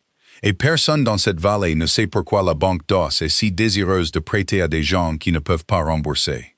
Mais moi je sais. Il leva les yeux vers elle. Et maintenant vous savez. Mais votre terre. L'esprit de Josie s'emballait. Vous êtes sur le filon, le meilleur. Il a besoin que je parte, dit Silas platement. Il a besoin que je parte depuis 4 ans, et j'ai tenu bon. Parce qu'un homme peut s'accrocher à une montagne longtemps s'il ne doit rien à personne, et ne veut rien de personne. Pas de dette que Doss puisse réclamer, pas de famille sur laquelle il puisse faire pression, rien qu'il puisse prendre. Une pause, jusqu'à il y a 8 jours. L'estomac de Josie se noua pour la 2e fois ce jour-là. Moi, vous. La mâchoire de Silas travailla. À la seconde où je me suis levé sur cette place et que je me suis mis entre vous et cette femme, Doss l'a eu. La première chose que j'avais voulu en 4 ans. La première chose que je protégerais. Le premier levier qu'il pouvait actionner. Il secoua la tête et il y avait quelque chose de brut en lui. Quelque chose comme de la culpabilité. Je suis désolé, Josie. La vérité, c'est qu'en vous aidant, j'ai peint une cible sur votre dos. Partardo, venant ici aujourd'hui, ce n'est pas à propos de la dette. C'est parce que vous êtes la seule chose sur cette montagne que Dos peut utiliser pour me faire partir. Et je ne l'ai pas vu clairement jusqu'à maintenant, en le disant à voix haute. Et que Dieu me pardonne, si je l'avais vu ce matin-là sur la place, j'aurais quand même fait la même chose. Mais j'aurais... Ne faites pas ça. La voix de Josie sortit féroce, les surprenant tous les deux. N'osez pas vous excuser pour la seule chose décente que quelqu'un ait faite pour moi en 2 ans. Ne le faites pas. Silas se tut. Vous voulez savoir ce qui serait arrivé si vous m'aviez laissé sur cette place? Josie se pencha vers le feu, vers lui. Je serai de retour chez Delphine ce soir, ou pire. Et je ne serai rien. Et personne n'aurait jamais dit le mot non pour moi de toute ma vie. Alors ne restez pas là à me dire que vous êtes désolé de m'avoir sauvé. Vous pouvez être désolé que ce soit difficile. Vous pouvez être désolé que ce soit dangereux. Mais ne soyez pas désolé de l'avoir fait. Sa voix se brisa. Parce que c'est la première fois de toute ma vie que quelqu'un m'a regardé et a décidé que j'en valais la peine. Et je ne vous laisserai pas le reprendre. Le feu crépita. Quelque part dans le noir, un oiseau de nuit appela. Silas la regarda à travers les braises pendant un long, long moment. Et quelque chose bougea sur son visage buriné qu'elle n'y avait jamais vu auparavant. Pas l'immobilité, pas le silence gardé, mais quelque chose qui s'ouvrait. Quelque chose qui avait été fermé si longtemps qu'il avait presque oublié comment faire. « Très bien, dit-il, bas et rauque. « Très bien, Josie. Je ne le reprendrai pas. Aucun d'eux ne dormit beaucoup cette nuit-là. Les jours qui suivirent eurent un poids différent. Ils savaient tous les deux maintenant. Savaient que Dos n'en avait pas fini. Savaient que Partardo reviendrait avec quelque chose de pire que des mots. Savaient que la montagne, qui avait semblé être un refuge, était en réalité un échiquier, et qu'ils en étaient tous les deux des pièces. Et cela aurait dû les séparer, cette connaissance. La peur fait ça. La peur rend les gens petits, égoïstes et prompts à se sauver. Cela fit le contraire. Josie se surprit à ne pas pouvoir s'empêcher de regarder Silas travailler. La façon dont il ménageait sa jambe, mais ne s'épargnait jamais. La façon dont il parlait bas aux chevaux, comme s'ils étaient des gens. La façon dont il la surprenait en train de le regarder et baissait la tête comme un garçon. Silas trouvait des excuses pour être près de là où elle travaillait, assez près pour parler. Et il parlait plus chaque jour, et la conversation devenait plus facile. Et un soir, elle leva les yeux de la barrière qu'elle l'aidait à réparer et réalisa qu'elle riait depuis 10 minutes d'affilée, pour rien du tout. Et que le son de son propre rire avait cessé de la surprendre. Cela l'effraya plus que Partardo ne l'avait fait. « Silas, dit-elle un soir, prudemment, puis-je vous poser la question sur ce que la ville dit? Le meurtre? » Il resta silencieux un moment. « Je suppose que vous en avez le droit. »« Vous n'êtes pas obligé. Non, vous devriez l'entendre de ma bouche et non de celle de Partardo un jour, déformé et laid. Il posa le harnais qui lui l'est. Il y a 10 ans, avant la jambe, je travaillais pour l'association des éleveurs. Un tueur à gages, en quelque sorte, bien que nous l'appelions autrement. Et il y avait un homme, un agent foncier travaillant pour le chemin de fer, qui chassait les familles de leurs terres, brûlant des granges, empoisonnant des puits, le faisant légalement sur le papier. Et en fait, c'était un meurtre. Et une nuit, je suis tombé sur lui et 2 autres en train de brûler la ferme d'une famille. Un homme, une femme, 3 petits-enfants. Ils se tenaient dans la cour en chemise de nuit, regardant tout ce qu'ils possédaient partir en fumée. Et l'agent, il avait un pistolet sur le père, et il allait. Silas s'arrêta. Ses mains s'étaient immobilisées. Je les ai tués tous les 3, dans la cour, devant ses enfants. Et je le referai demain et 2 fois le dimanche. Et c'est la sainte vérité. Et c'est aussi la vérité que je n'ai pas eu une nuit de sommeil complète depuis. Parce qu'on ne fait pas une chose pareille, même une chose juste, et qu'on en sort indemne. Josie resta très immobile. La jambe, dit-elle doucement. La jambe est venue après. L'un des 3 n'est pas mort aussi vite que je le pensais. Un demi-sourire sinistre. Il m'a tiré une balle dans le genou avant de partir. Alors, il écarta les mains. Voilà votre monstre, Josie. Un homme qui a tué 3 hommes pour en sauver 5 étrangers. Et qui boite depuis. Et qui n'a jamais raconté la vraie histoire. Parce que la version qu'il raconte en ville, la version où je suis un tueur fou sans raison, Cette version éloigne les gens. Et un homme qui veut être laissé seul apprend à les laisser croire le pire. Il la regarda. Mais je trouve dernièrement que je ne veux pas que vous croyiez le pire. Alors voilà, tout est là. Josie se leva. Elle contourna le feu lentement pour qu'il la voie venir, comme il le lui avait appris sans jamais le lui apprendre. Et elle s'assit à côté de lui, près, plus près qu'elle ne s'était jamais assise, si près que leurs épaules se touchaient presque. Et elle regarda le feu et ne le regarda pas, lui, parce qu'elle pensait que ce serait peut-être plus facile pour lui de cette façon. « Mon père, dit-elle, vous aurez appelé un homme bon, pas un monstre, un homme bon qui a payé trop cher pour avoir fait ce qui était juste. Et mon père était le meilleur juge d'âme que j'ai jamais connu. » Elle déglutit. « Alors c'est ce que je croirais. Et Kurt Partardo et toute la ville de Crooked Pine peuvent aller se faire pendre. » Silas émit un son qui aurait pu être un rire ou autre chose. « Vous êtes une chose rare, Josie Merritt, dit-il. »« Je suis une laissée pour compte, dit-elle. »« Vous avez entendu Partardo. »« La laissée pour compte est le monstre. »« Les choses rares, dit Silas, sont celles dont personne ne connaît la valeur jusqu'à ce qu'elles soient parties. » Et puis, parce que le moment était devenu trop grand pour être contenu, il se racla la gorge et se leva, de cette montée grognante et prudente. Et il dit quelque chose sur les chevaux qui avaient besoin d'être vérifiés, et s'éloigna en boitant dans le noir. Et Josie resta seule près du feu, le cœur battant comme un marteau, et ne comprit pas encore ce qui lui arrivait. Elle comprit 2 jours plus tard. C'est arrivé vite, comme les choses importantes ici. Elle transportait un seau de nourriture à travers la cour quand elle entendit Silas crier, un aboiement sec de douleur derrière la grange. Elle laissa tomber le seau et courut. Elle contourna le coin et s'arrêta net. Il était à terre, à moitié sous un cheval. Le grand Isabelle, effrayé par quelque chose, s'était cabré et était retombé de travers. Silas avait poussé un poulain d'1 an hors de portée des sabots et avait pris la chute lui-même. Et maintenant, le cheval était paniqué et piétinait. Et Silas était au sol, au milieu de l'agitation, sa mauvaise jambe tordue sous lui et ses bras au-dessus de sa tête. Josie ne réfléchit pas. Elle était entre lui et le cheval avant de savoir qu'elle avait bougé, les mains en l'air, la voix basse et stable, comme elle l'avait entendu les calmer 100 de fois. Doucement, doucement maintenant, doucement. Voilà ma belle. Et les oreilles du cheval se dressèrent, et la folie quitta ses yeux. Il retomba sur ses 4 pattes et resta là, tremblant. Et Josie attrapa son licol, l'éloigna de 3 pas, l'attacha fermement à la barrière et fut de retour à genoux, dans la poussière à côté de Silas, en l'espace de 10 respirations. « Où ?» dit-elle. « Où avez-vous mal? Dites-moi où. » La jambe. Il était gris de douleur, les dents serrées.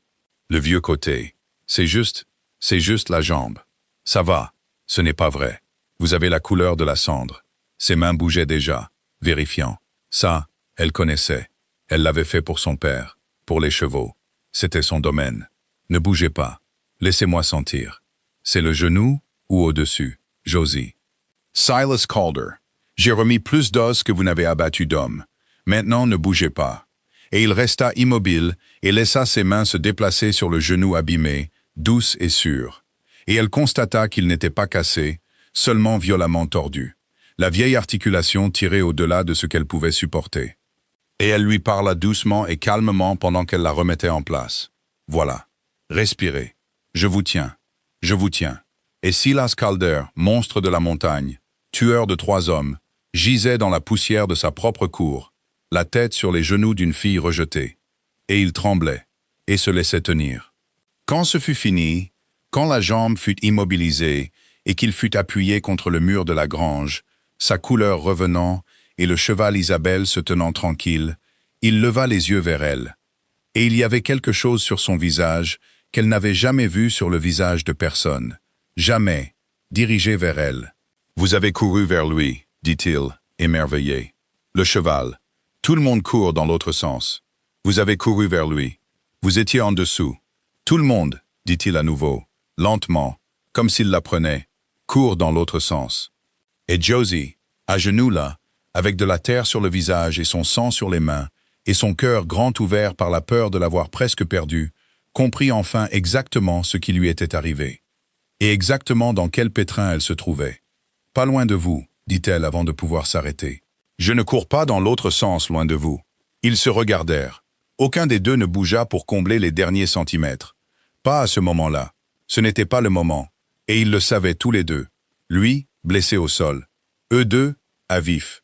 Une guerre descendant la piste nord qui pourrait tout emporter. Mais quelque chose avait été dit qui ne pouvait être repris, et ils l'entendirent tous les deux atterrir. Et Silas leva une main tremblante et balafrée, et pour la première fois, il effleura la terre de sa joue avec son pouce. Si prudent, si doux, comme si c'était elle qui pouvait se briser. « Non, dit-il doucement. « Je suppose que non. » Et c'est à ce moment-là que le coup de feu retentit dans la vallée, loin en bas de la montagne, en direction de la ville. Et leurs deux têtes se levèrent. Et la tendresse sur le visage de Silas devint dure et immobile comme la pierre. Il cherchait déjà le mur de la grange pour se hisser. « Ça vient de la propriété des Hendricks, dit-il. En bas de la crête, mon plus proche voisin. » Il mit un pied sous lui, sinistre, ignorant la jambe. Doss a fini d'envoyer des messages, Josie. Il a commencé à faire des exemples. Il la regarda, et le feu était de retour en lui, la vieille immobilité dangereuse. Mais s'il y avait quelque chose de nouveau à côté maintenant, quelque chose qu'elle avait mis là, et que j'aille en enfer avant de le laisser en faire un de vous. Ils prirent la charrette pour descendre la crête, parce que Silas ne pouvait pas monter à cheval avec la jambe immobilisée. Et Josie conduisit, et elle conduisit vite, et Silas ne lui dit pas de ralentir une seule fois. « Plus vite si tu peux », fut tout ce qu'il dit, une main agrippant le rail du siège, l'autre reposant sur la vieille carabine qu'il avait décrochée du mur de la cabane. La première fois qu'elle le voyait toucher une arme. Hendricks a 70 ans. Sa femme est presque aveugle. Si les hommes de Doss sont là-bas, je m'en occupe. Elle fit claquer les rênes. Accrochez-vous. Ils arrivèrent au dernier virage et la propriété des Hendricks s'ouvrit en contrebas. L'estomac de Josie se noua. Il y avait de la fumée. Pas une maison en feu, pas encore, mais un mince fil noir s'élevant de derrière la grange, et 3 chevaux dans la cour qu'elle reconnut, et une silhouette au sol dans l'entrée qui ne bougeait pas. « Oh mon Dieu !» souffla Josie. « Oh mon Dieu, Silas !» Doucement maintenant. Sa voix était devenue plate, froide et complètement calme, et ce calme l'effraya plus que des cris ne l'auraient fait. « Doucement. Amène-nous tranquillement. Ne les effraie pas au point de leur faire quelque chose qu'ils ne pourront pas reprendre. » Il arma la carabine d'une seule main, avec habitude. « Et Josie, quoi qu'il arrive là-bas, quoi que tu vois, tu restes sur cette charrette. Tu m'entends? Tu ne descends pas de cette charrette. Silas, promets-le-moi. » « Je promets. » Elle mentit. La cour devint plus nette à mesure qu'ils avançaient. La silhouette au sol était le vieux Amos Hendricks, et il était vivant. Assis maintenant, tenant son propre bras, du sang sombre sur sa manche. Et debout au-dessus de lui, se tenait Kurt Partardo, un pistolet lâche dans sa main. Et les 2 hommes de main traînaient des meubles hors de la porte d'entrée et les jetaient en tas. Et derrière la grange, la fumée venait d'un tas de foin et de barrières en feu. Un feu d'avertissement, destiné à être vu de la crête. Destiné à être vu de la crête de Silas. Partardo leva les yeux à l'arrivée de la charrette, et il sourit. Et Josie comprit d'un coup de nausée qu'il avait voulu qu'il vienne. Quel coup de feu, la fumée, le timing, tout ça était un appât, et qu'il l'avait pris. Et maintenant, Silas était descendu de sa propre montagne, avec une jambe immobilisée et une fille pour laquelle il mourrait pour la protéger. Exactement là où Doss le voulait. Eh bien, maintenant. Partardo rengaina le pistolet tranquillement, comme s'il avait tout le temps du monde, le monstre et la laissé pour compte. Et moi qui pensais que vous vous cacheriez sur cette crête et que je devrais venir vous chercher. Vous m'avez épargné le trajet. Silas ne lui répondit pas. Il regardait Amos Hendricks. Amos, tu es gravement blessé? Il m'a juste éraflé. La voix du vieil homme tremblait, mais tenait bon. Silas, ne fais rien pour moi. Ils disent que j'ai signé des papiers. Je n'ai jamais rien signé. Ils disent que la banque possède ma propriété. Ils ont un papier. Je sais ce qu'ils ont. Les yeux de Silas se tournèrent vers Partardo. Un faux acte de propriété, comme les autres. Doss signe le nom de la veuve, le nom du vieil homme. Le type qui ne sait pas lire le signe lui-même et le dépose. Et le temps que quelqu'un pense à le contester, c'est à 3 comptés de là et 1 an à passer. Et qui va payer un avocat pour le poursuivre? C'est à peu près ça, Partardo? Le sourire de Partardo vacilla. Ce même vacillement que Josie avait vu sur la montagne. Le vacillement d'un mensonge touchant un point sensible. « Vous parlez beaucoup pour un homme dans votre position, » dit Partardo. « Et quelle est cette position? Descendu de votre montagne, une mauvaise jambe, un vieux fusil, aucune loi à 60 km à la ronde. Et la seule loi qui existe boit avec M. Doss le jeudi. » Partardo écarta les mains. « Vous êtes un homme intelligent, Calder. Alors je vais le dire intelligemment. Doss ne vous veut pas mort. La mort, c'est salissant. La mort soulève des questions. Doss veut que vous partiez. Cédez la montagne, à un prix juste, plus que juste. Prenez la fille et partez pour l'Oregon. Recommencez à zéro. Et tout ça, il désigna le tas en feu, le vieil homme, la maison saccagée. Tout ça s'arrête ce soir. C'est l'offre, c'est la seule offre. Refusez-la, et je ne peux pas promettre que le prochain feu ne sera que du foin. Et voilà. Tout était exposé au grand jour dans une cour, avec un vieil homme saignant dans la poussière. Josie regarda le visage de Silas et le vit peser le pour et le contre. Pas l'offre, elle le connaissait assez bien maintenant. Il n'accepterait jamais l'offre. Mais le moment, les 3 armes, la jambe immobilisée, la fille à qui il avait dit de rester sur la charrette. Elle le vit faire le calcul du nombre de personnes qui pourraient mourir dans les 60 prochaines secondes et lesquelles. Et elle le vit décider quelque chose, et elle n'aima pas l'immobilité qui s'empara de lui quand il le décida. « Josie, dit-il, sans la regarder, très calmement. Descends et occupe-toi du bras d'Amos. » Ce n'était pas ce qu'il avait dit avant. Il avait dit « Reste sur la charrette ». Et maintenant, il lui disait de descendre. Et elle comprit, froidement, sûrement, qu'il la mettait à l'écart du siège de la charrette parce qu'il était sur le point de faire quelque chose. Et il ne voulait pas qu'elle soit dans la ligne de mire. « Silas ». Sa voix sortit faible. « Silas, qu'est-ce que tu... Occupe-toi de son bras. Du fer en dessous maintenant. Vas-y. » Elle descendit, parce qu'il l'avait demandé, parce que Amos saignait, et parce qu'il n'y avait rien d'autre à faire. Et elle alla vers le vieil homme, s'agenouilla, et pressa son tablier sur la blessure. Et elle garda son corps entre Amos et les armes. Et tout le temps, son cœur criait que Silas était sur le point de se faire tuer. Très bien, Partardo. Silas posa la carabine. Délibérément, il la posa sur le siège de la charrette, retira sa main et leva ses 2 mains vides à la lumière. Je la pose. Tu vois, pas d'armes. Juste un monstre dans une cour, comme tu l'as dit. Maintenant, je veux parler et je veux que tu écoutes. Parce que je suis sur le point de te sauver la vie et tu ne le sais même pas. Partardo rit. Tu vas me sauver la vie. C'est exact. Silas fit un pas inégal en avant, les mains toujours en l'air. Parce que tu es là, pensant que tu as 3 armes, et que j'ai une mauvaise jambe, et que c'est facile. Et ce que tu ne sais pas, ce que Doss ne t'a pas dit, parce que Doss ne dit pas tout à ses chiens, c'est que j'ai déjà envoyé les preuves il y a 2 semaines. Il fit un autre pas, l'arpentage, l'argent, les faux actes de propriété. J'ai des copies, Partardo. Des copies de 6 d'entre eux, de l'écriture d'un homme. Une cour pourrait la faire correspondre à celle de Harlan Doss, en environ 4 minutes. J'ai tout envoyé au Bureau fédéral des terres à Helena, avec une lettre exposant tout le stratagème. Et un marshal américain qui lit cette lettre ne demande pas au shérif du comté qui boit avec Doss le jeudi. Il vient. Et quand il arrivera ici, et trouvera un vieil homme blessé par balle dans sa propre cour, la voix de Silas baissa. Il voudra un nom, Partardo. Et ce ne sera pas le visage de Doss qu'il aura vu appuyé sur la gâchette. Ce sera le tien. La cour devint complètement silencieuse, à l'exception du crépitement du feu d'avertissement. Les mains de Josie avaient cessé de bouger sur le bras d'Amos. Elle fixait Silas. Il y a 2 semaines. Mais Partardo n'était monté à la montagne qu'il y a 8 jours. Silas n'était pas au courant du marshal, de la lettre, de rien de tout ça. Il lui avait dit cette nuit-là au coin du feu. Il s'accrochait juste, sans rien pour se battre. Il bluffait. Il bluffait avec sa vie. Et la vie d'Amos et la sienne. 3 armes sur lui et pas de fusil dans ses mains. Et il le faisait de cette même voix plate et calme qu'il utilisait pour calmer les chevaux. Et Josie réalisa qu'elle assistait à la chose la plus dangereuse qu'elle ait jamais vue.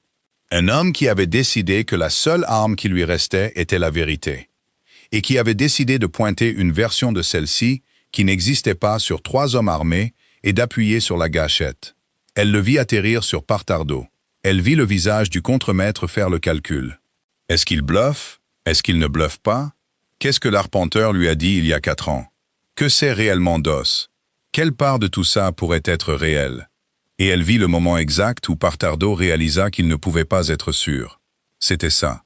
Il ne pouvait pas être sûr. Et un homme qui ne peut pas être sûr s'il y a un marshal fédéral déjà en route ne met pas une autre balle dans un autre corps dans une autre cour. Tu mens, dit Partardo. Mais c'est sorti une demi-seconde trop tard. Peut-être. Silas fit le dernier pas, proche maintenant.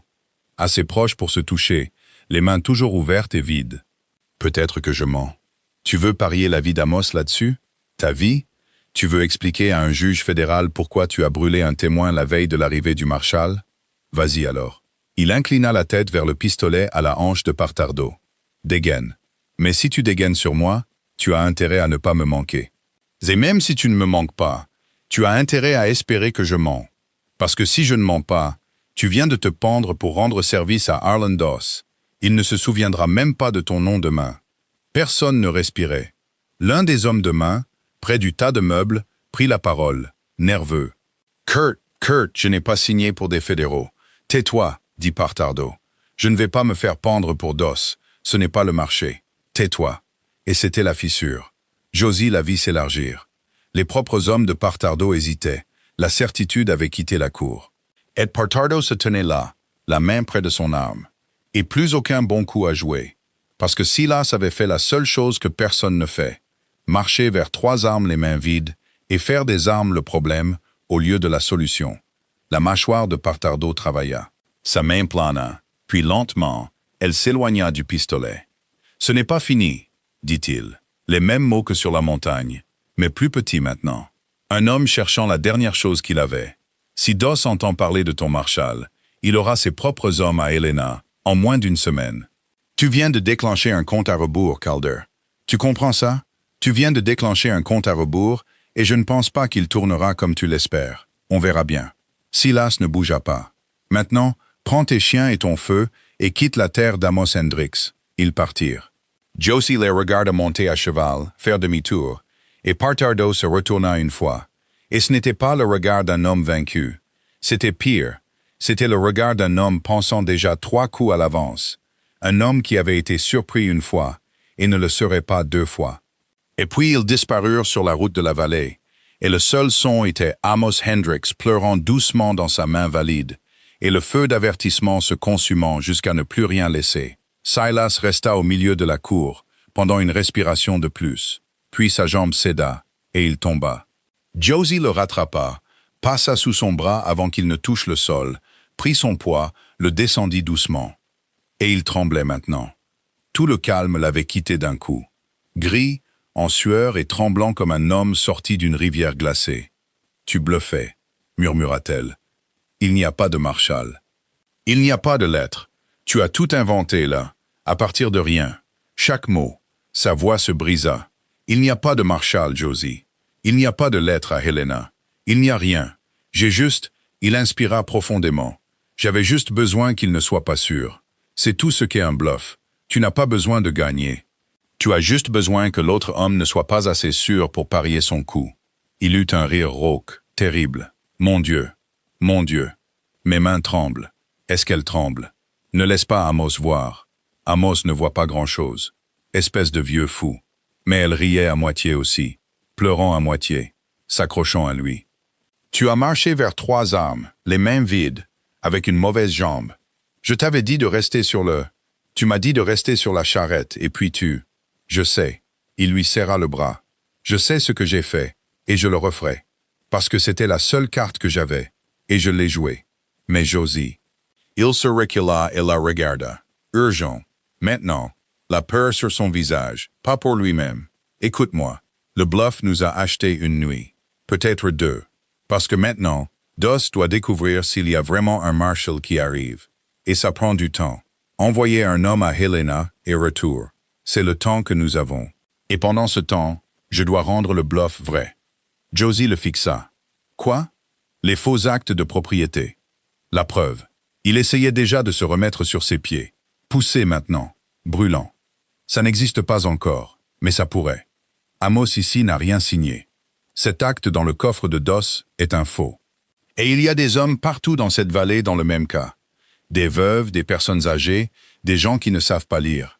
Si je pouvais mettre ne serait-ce qu'un de ces faux actes de propriété entre les mains d'un vrai marshal fédéral, à côté du vrai arpentage, de l'argent, du mobile.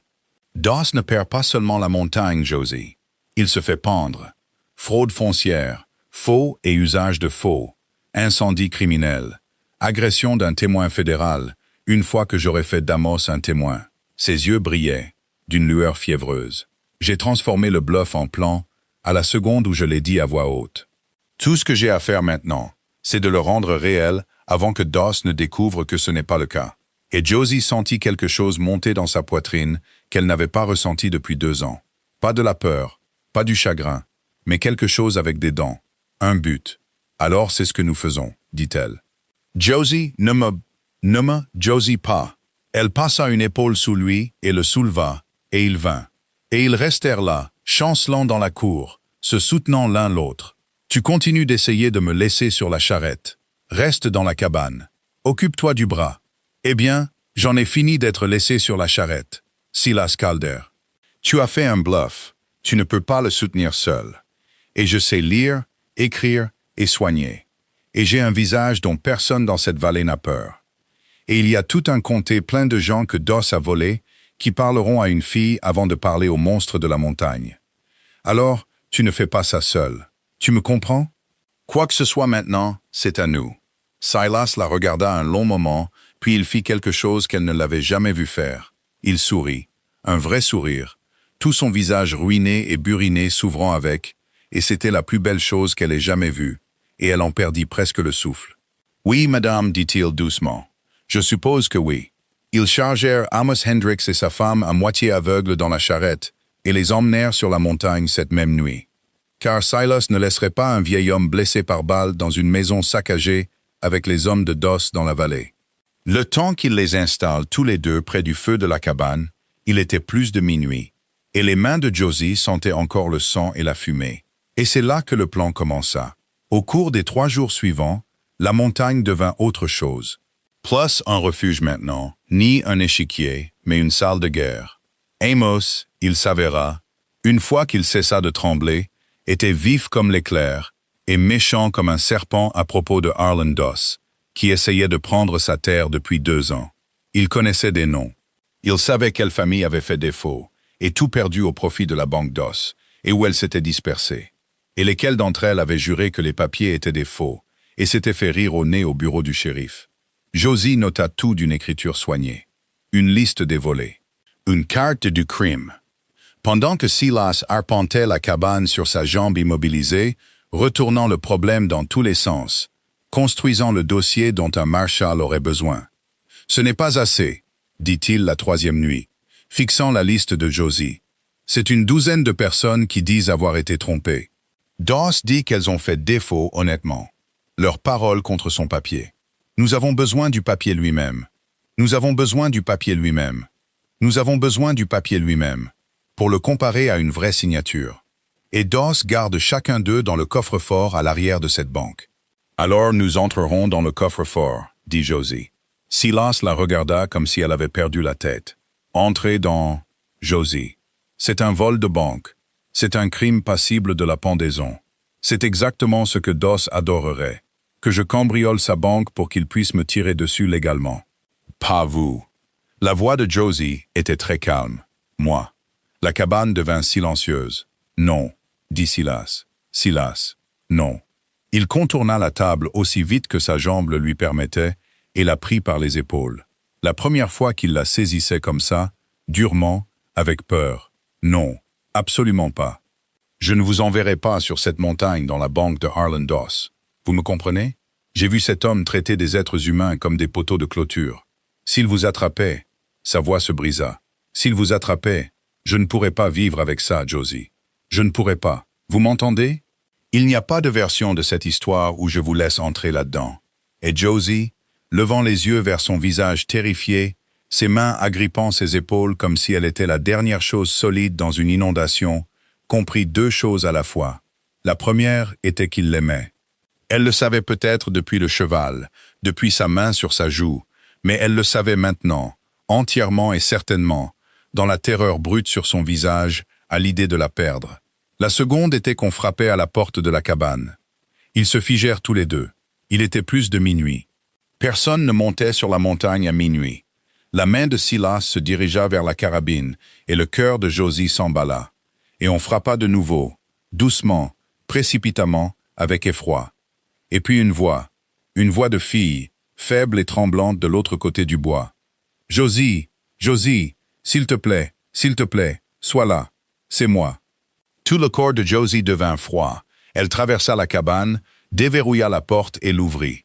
Et là, sur le seuil, dans une robe de voyage déchirée, avec un bleu devenant violet sur sa joue, un petit sac de voyage serré contre sa poitrine, et un cheval essoufflé et écumant derrière elle, se tenait Priscilla, sa demi-sœur. Quinzan, le visage mouillé et terrifié, et à 150 kilomètres de là où elle aurait dû être. « Prissy ». Josie pouvait à peine prononcer le mot. « Prissy, quoi? Comment as-tu » J'ai couru. Priscilla pleurait, les mots se bousculant. Je les ai entendus, Josie. J'ai entendu maman et monsieur Doss dans le salon. Ils ne savaient pas que j'étais dans les escaliers. Et Doss a dit, elle attrapa les mains de Josie. Il a dit qu'il n'attendait aucun marshal. Il a dit qu'il montait à la montagne demain avec 10 hommes. Et qu'il allait brûler la cabane avec monsieur Calder dedans et te ramener. Et faire croire que monsieur Calder t'avait fait quelque chose pour que personne ne pose de questions. Et maman, sa voix se brisa. Maman a dit d'accord. Elle a dit d'accord, Josie. Tant que c'est fait discrètement. Elle a dit que tu allais de toute façon mal finir. La cabane était silencieuse. Josie se tenait là, tenant les mains froides de sa petite sœur dans l'embrasure de la porte. Et derrière elle, elle entendit Silas poser lentement la carabine sur la table. Et elle entendit Amos Hendricks murmurer « Seigneur Dieu ». Et elle sentit tout le plan soigneusement élaboré, le bluff, les actes, le marshal qui n'existait pas, s'effondrer en un seul point dur dans le temps. Demain. Doss arrivait demain. Combien d'hommes, dit Silas. Sa voix était redevenue plate, froide, calme. Et cette fois, Josie ne la trouva pas du tout effrayante. Cette fois, elle découvrit qu'elle l'aimait. 10. Priscilla s'essuya le visage. Il a dit 10. Et le shérif vient avec eux. Donc il n'y aura pas de loi après. Le shérif dira que tout était légal. Il dira que monsieur Calder, il dira que j'ai fait quelque chose à Josie, et la ville le croira. Parce qu'il croit déjà que je suis un monstre. Silas hocha lentement la tête, assimilant l'information, la retournant. Bien sûr qu'il le fera. C'est toute l'utilité d'une réputation comme la mienne. Ça a été la cage qu'ils ont construite autour de moi pendant 10 ans, et maintenant, il va l'utiliser pour m'enterrer. Il leva les yeux, et il y avait quelque chose dans son regard que Josie n'avait jamais vu. Pas de la peur, pas le calme glacial et meurtrier, mais quelque chose qui ressemblait presque à du soulagement. Presque comme un homme qui attendait depuis très très longtemps et qui venait d'entendre la fin de l'attente. Eh bien, d'accord alors. Silas. La voix de Josie trembla. Il y a 10 d'entre eux, et le shérif. Et il y a toi et moi, un vieil homme blessé, et 2 filles. Nous ne pouvons pas. Non. Silas acquiesça. Nous ne pouvons pas. Pas de la façon dont il compte. Il traversa la pièce jusqu'à la fenêtre et regarda la montagne sombre vers la vallée, vers la ville qu'il avait appelée un monstre pendant 10 ans. Et quand il se retourna, son visage buriné était figé comme la pierre et brûlant comme une forge. Alors nous allons devoir faire en sorte qu'il compte mal. Tous, Doss, le shérif, toute la ville de Crooked Pine. Il regarda Josie, Priscilla et Amos. Et quelque chose en lui était devenu très grand et très immobile. Ils pensent savoir exactement ce que je suis. 10 ans qu'ils en sont sûrs. Le monstre sur la montagne. Il prit la liste des volets de Josie et la tint dans sa main balafrée comme une arme. « Demain, dit Silas Calder doucement, je vais montrer à toute cette vallée ce que je suis réellement. Et ce sera la dernière erreur que Arlen Doss fera jamais. » Ils ne dormirent pas. Il n'y avait pas le temps de dormir. Et il n'y avait pas une âme dans cette cabane qui aurait pu le faire de toute façon. À l'heure grise avant l'aube, Silas avait tout réglé, et il l'exposa sur la table comme une main de cartes. « Nous ne combattons pas 10 hommes, dit-il. Nous ne pouvons pas, et nous ne le ferons pas. Une fusillade ici est exactement ce dont Doss a besoin. Des cadavres sur la montagne. Le monstre qui fait son œuvre. Le shérif là pour tout consigner comme Doss le souhaite. Si un seul coup de feu est tiré, nous perdons. même si nous gagnons. Il regarda les 4 visages. Donc, nous ne tirons pas un seul coup. Nous faisons la seule chose que Doss n'a jamais eu à prévoir dans toutes ces années de vol dans cette vallée. Et qu'est-ce que c'est? Dit Amos. Des témoins. Silas posa sa main balafrée à plat sur la liste des volets de Josie. Chaque famille sur cette liste a été trompée dans le noir, seule, une à la fois. 100 personnes pour regarder, sauf le shérif qui est dans la poche de Doss. C'est comme ça que ça marche. C'est comme ça que ça a toujours marché. Un homme comme Doss peut faire tout ce qu'il veut tant qu'il ne le fait qu'à une personne effrayée à la fois et que personne ne voit. Sa mâchoire se serra. Alors, nous allons nous assurer que tout le monde voit. Tous en même temps, en plein jour, au milieu de la ville. Josie se pencha en avant. Comment? Parce qu'il ne vient plus sur cette montagne pour me brûler discrètement à minuit. Silas faillit sourire. Prissy l'a mal entendu. Ce n'est pas de ta faute, ma fille. Tu as fait la chose la plus courageuse que quiconque ait faite dans toute cette affaire. Mais réfléchis-y. Doss a dit 10 hommes et le shérif, en plein jour, avec une histoire prête sur ce que j'ai fait à Josie. Ce n'est pas un meurtre, c'est un spectacle. Il veut que la ville regarde le monstre se faire abattre. Il veut un public. Les yeux de Silas brillèrent. Eh bien, un homme qui veut un public est un homme qui est sur le point d'en avoir un. Et un public est la seule chose qui peut le faire pendre. Et donc, ils n'attendirent pas sur la montagne pour être attaqués. Ils descendirent pour les rencontrer. Ils chargèrent la charrette avant le lever du jour. Amos et sa femme aveugle, Priscilla, la liste et la carabine de Silas, enveloppés dans une couverture et cachés sous le siège. Pas pour l'utiliser, mais pour l'avoir. Et ils descendirent de la crête, non pas par la piste nord que les hommes de Doss grimperaient, mais par l'ancien sentier de bûcheron à l'est, celui que seul Silas connaissait, celui qui débouchait derrière l'église, en haut de l'unique rue de Crooked Pine. Et ils arrivèrent les premiers. C'était tout le pari, arriver en ville avant Doss, se présenter devant le public avant que Doss ne puisse l'arranger à sa manière. Ils arrivèrent les premiers. Au moment où le soleil était pleinement levé sur la vallée, Josie se tenait sur les marches de l'église de Crooked Pine, avec sa demi-sœur à ses côtés et un vieil homme blessé par balle s'appuyant sur son bras. Et la ville se rassemblait, comme elle se rassemblait toujours. Le magasin général se vidait, les visages du magasin d'aliments pour animaux, des visages qu'elle connaissait. Des visages qui avaient ri d'elle 9 jours plus tôt sur cette même place, quand sa belle-mère l'avait vendue. Et Josie Merritt, la laissée pour compte, monta une marche de plus pour que tous puissent la voir. Et elle commença à parler. La plupart d'entre vous me connaissent. Sa voix trembla au début, puis plus. Vous avez regardé Delphine Merritt me vendre sur cette place il y a 9 jours. Certains d'entre vous ont ri. Je me souviens de ceux qui ont ri. Elle laissa cela atterrir, regarda quelques visages se baisser. Et la plupart d'entre vous connaissent Amos Hendricks, qui se tient ici, blessé au bras. Parce qu'il y a 2 jours, Kurt Partardo a brûlé sa propriété et lui a tiré une balle pour avoir signé des papiers qu'il n'a jamais signés. Elle leva la liste de Josie bien haut. Et j'ai les noms de 11 autres familles dans ce comté que Harlan Doss a volé exactement de la même manière. La veuve Cahen, les Alvarado, le vieux Petit, qui ne sait pas lire son propre nom. Doss a falsifié leurs actes de propriété, a pris leurs terres et a dit à chacun d'entre vous qu'ils avaient fait défaut honnêtement.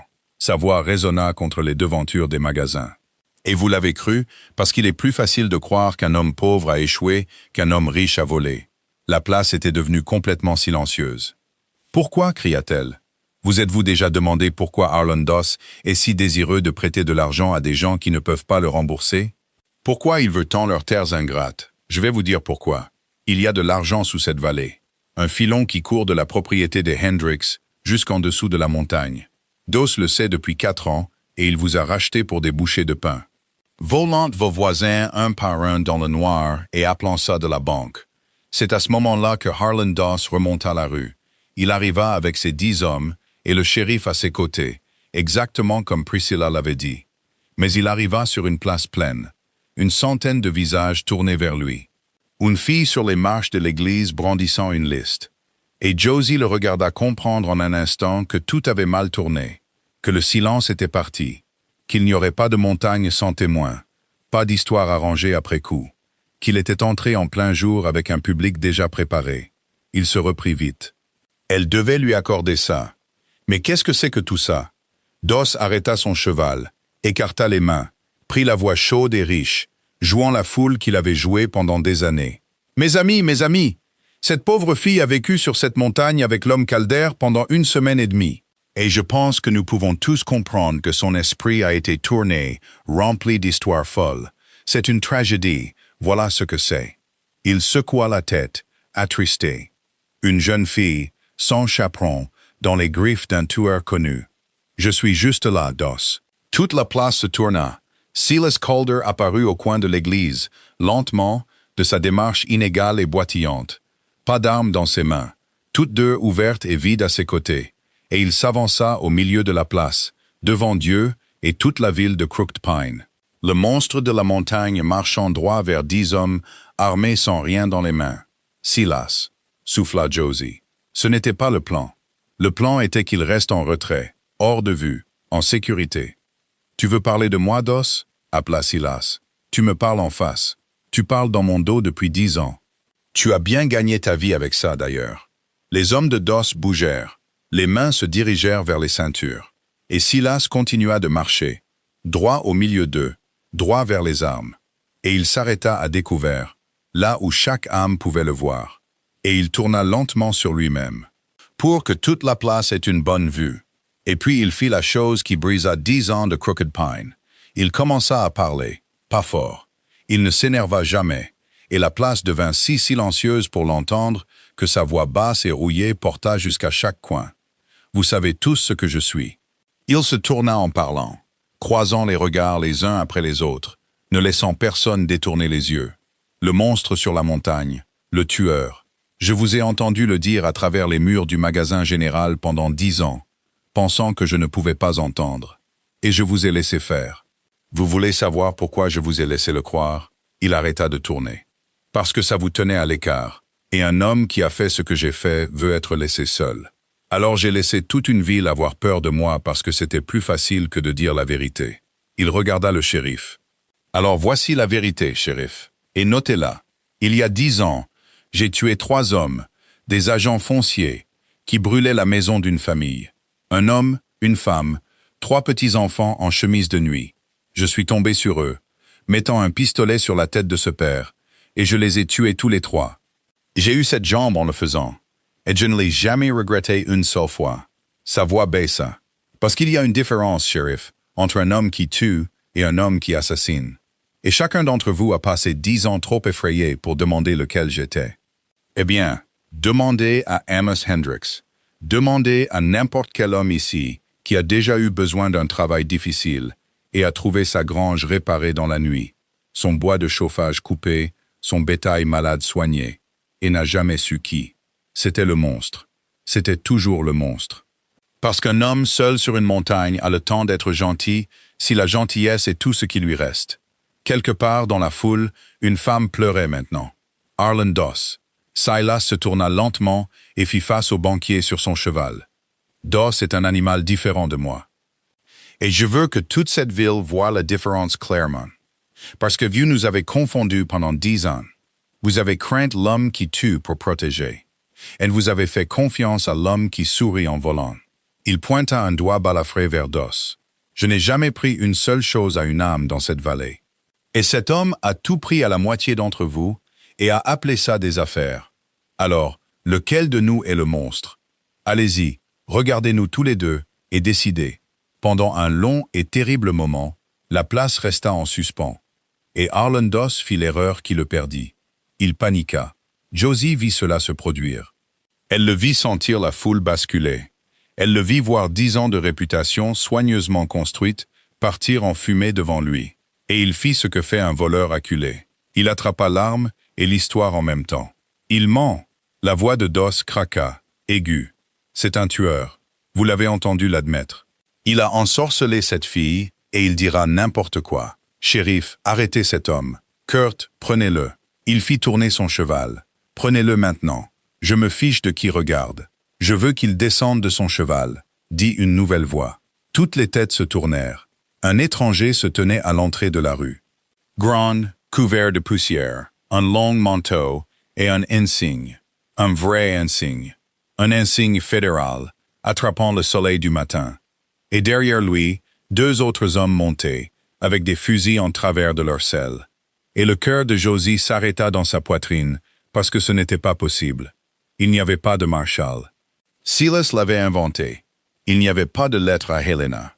Marshall des États-Unis, dit l'étranger, avançant lentement son cheval sur la place. Je m'appelle Belle, d'Helena. Ses yeux plats parcoururent toute la scène. Les hommes armés, le vieil homme blessé, la fille avec la liste, le banquier la main sur son arme. Et ils se posèrent sur Doss, et je suis assis à l'arrière du magasin général depuis un quart d'heure, à écouter chaque mot. Alors pourquoi ne retireriez-vous pas cette main de ce pistolet, monsieur Doss, très lentement, avant de me donner une raison? La place explosa. Josie ne pouvait plus respirer.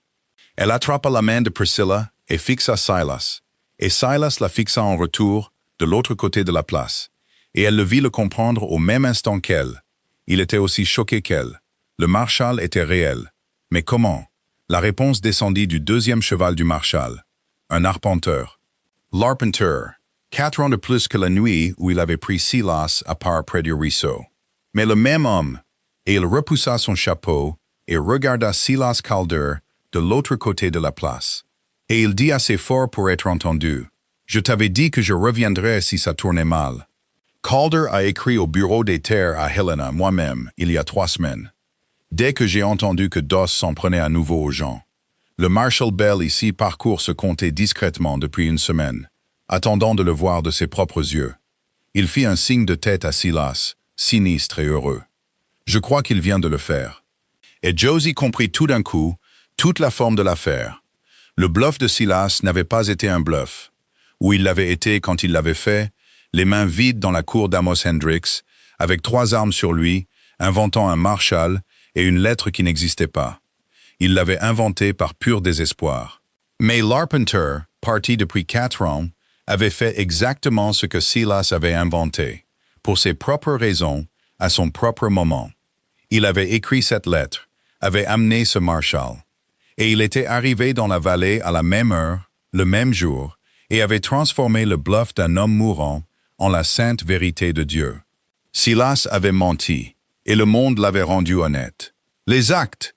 cria Josie, avant que les hommes de Doss ne puissent se disperser, avant que le moment ne s'échappe. Elle descendit les marches de l'église en agitant sa liste. « Marshall, tout est faux.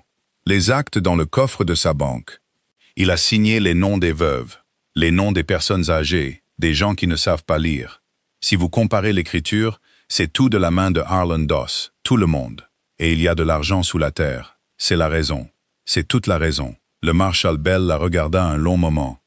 Puis l'Arpenteur, qui hocha la tête. Puis Amos Hendricks, saignant et debout sur les marches. « C'est vrai, vieil homme? Avez-vous signé un papier donnant à cet homme votre terre? » « Jamais. » La voix d'Amos trembla mais résonna. « Jamais signé une chose, Marshal. Il m'a tiré dessus pour l'avoir dit. » Le visage de Bell devint aussi dur que l'insigne sur sa poitrine. Kurt Partardo. Il n'éleva pas la voix. Il n'en avait pas besoin.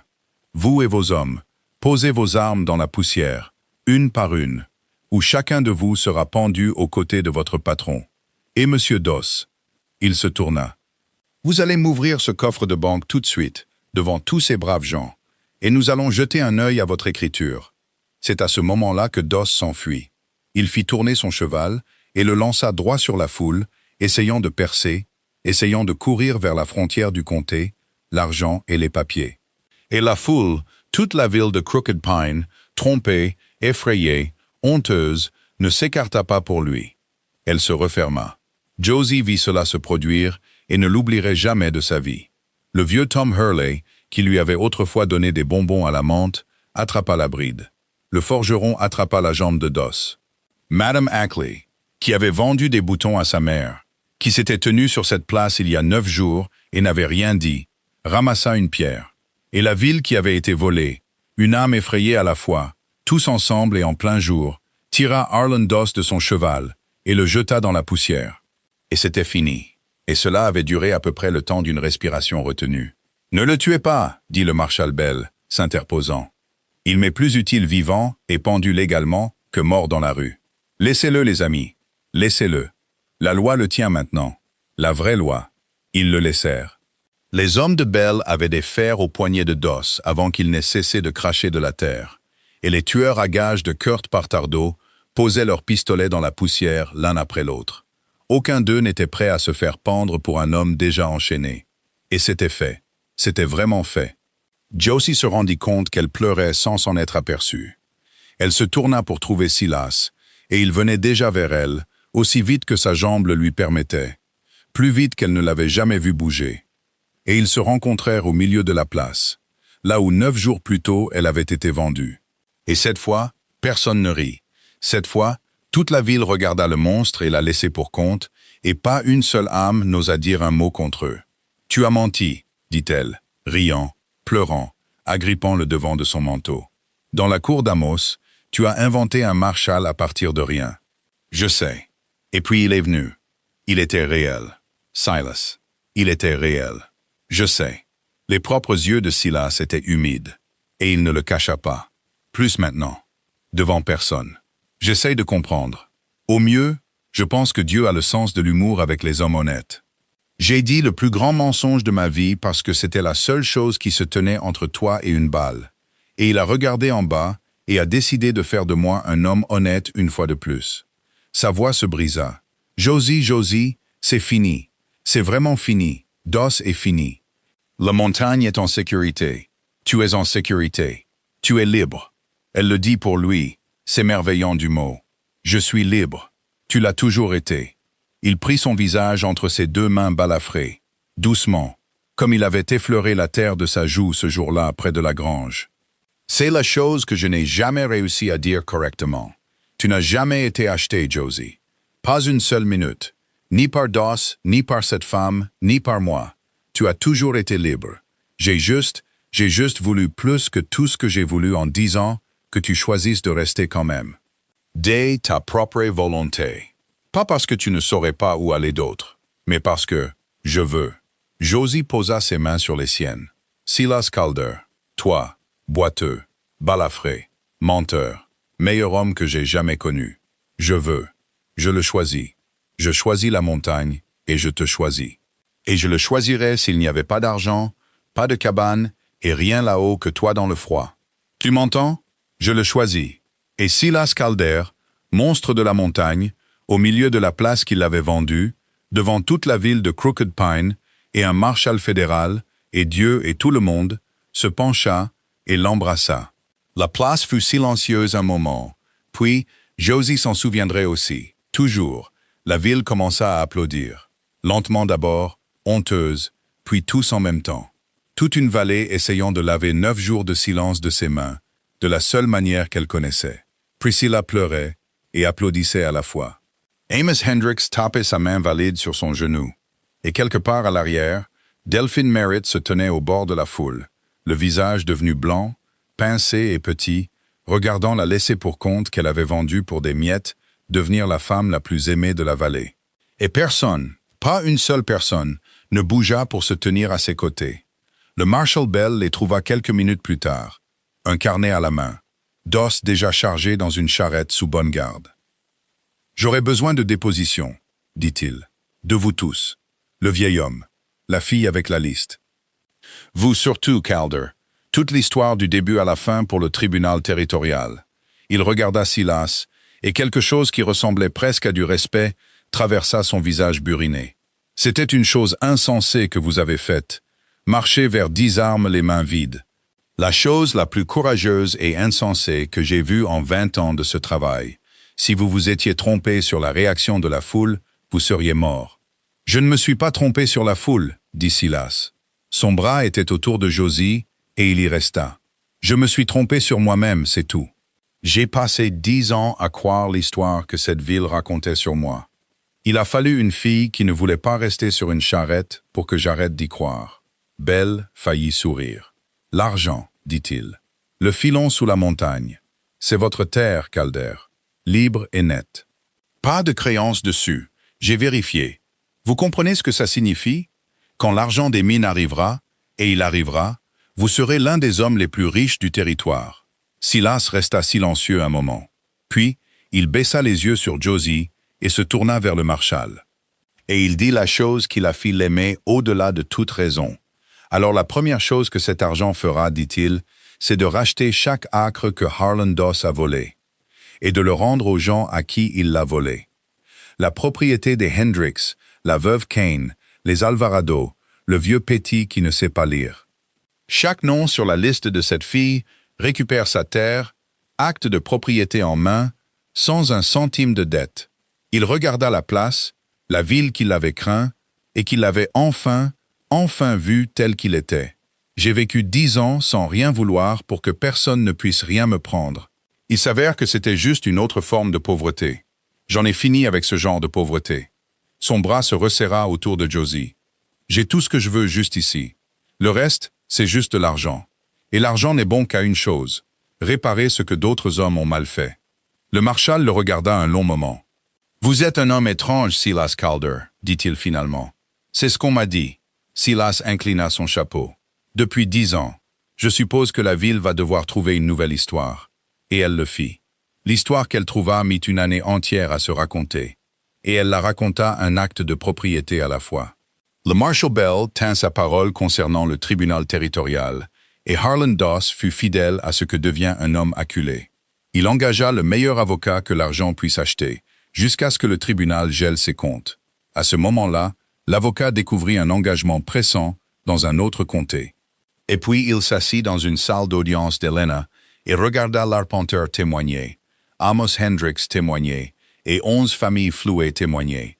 Et finalement, il regarda une fille nommée Josie Merritt poser sa liste soignée sur le banc du juge, à côté de 6 faux actes de propriété tirés de son propre coffre de banque.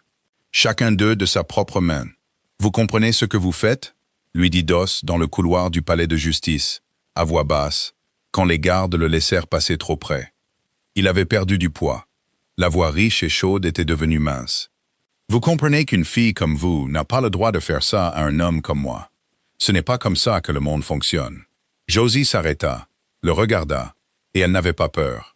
C'est la chose qu'elle remarqua en se tenant là. Elle n'avait plus du tout peur de lui. « Vous avez raison, dit-elle. Ce n'est pas comme ça que le monde fonctionne. Le monde fonctionne comme vous l'avez fait fonctionner. Une personne effrayée à la fois, dans le noir, où personne ne voit. Elle s'approcha, pas pour s'éloigner. Alors, nous l'avons fait en plein jour à la place. Tous en même temps, là où tout le monde pouvait voir. C'est la seule astuce pour battre un homme comme vous, Monsieur Doss. Il suffit d'arrêter d'être une personne effrayée et seule. » Elle sourit, et ce n'était pas cruel, et c'était en quelque sorte pire pour lui. « J'ai appris ça d'un homme que vous appeliez un monstre. Ils pendirent Harlan Doss à l'automne pour le meurtre qui fut révélé au procès. Un fermier, 2 ans plus tôt, un homme que tout le monde pensait avoir simplement quitté la vallée, retrouvé sous son propre puits effondré quand Bell alla chercher. La fraude foncière seule ne l'aurait pas fait pendre, mais un voleur qui a décidé que les gens ne sont que des poteaux de clôture finit par en traiter un comme un poteau de clôture de trop. Et Doss l'avait fait, et le puits avait livré sa vérité, et ce fut la fin de lui. Josie n'alla pas à la pendaison. Silas lui demanda une fois si elle le voulait, doucement, lui donnant le choix comme il lui donnait chaque choix, et elle y réfléchit honnêtement, et dit « non ». « J'ai passé 19 ans à apprendre que je valais moins que les autres, dit-elle. Je n'ai pas besoin de voir un homme mourir pour me sentir plus valable. Je le sais déjà maintenant. Je n'ai pas besoin de son cou pour ça. » Silas la regarda un long moment, puis il la serra contre sa poitrine, posa son menton sur le sommet de sa tête et dit d'une voix rauque « Je ne pense pas avoir jamais rencontré de ma vie une personne aussi forte que toi, Josie. Et j'en ai rencontré quelques-unes. Tu en as épousé une, dit-elle, car ils s'étaient mariés entre-temps. Au printemps, dans l'église de Crook Pine, devant toute la ville qui avait autrefois ri d'elle sur la place devant. Et cette fois, la place était pleine de gens qui étaient venus pour pleurer à la place. Lace Hendricks était là, Amos, avec son bras guéri depuis longtemps et sa terre récupérée, acte de propriété en main, sans un centime de dette, exactement comme Silas l'avait promis au marshal. La veuve Kane était là, dans une nouvelle robe, sur une terre qui était de nouveau la sienne. Lays Alvarado, le vieux Petty, qui ne pouvait pas lire l'acte que Silas lui rendit, mais qui le serra contre sa poitrine pendant toute la cérémonie, et pleura. Chaque nom de la liste de Josie, rendu entier, assis sur les bancs de l'église où le monstre épousa l'a laissé pour compte.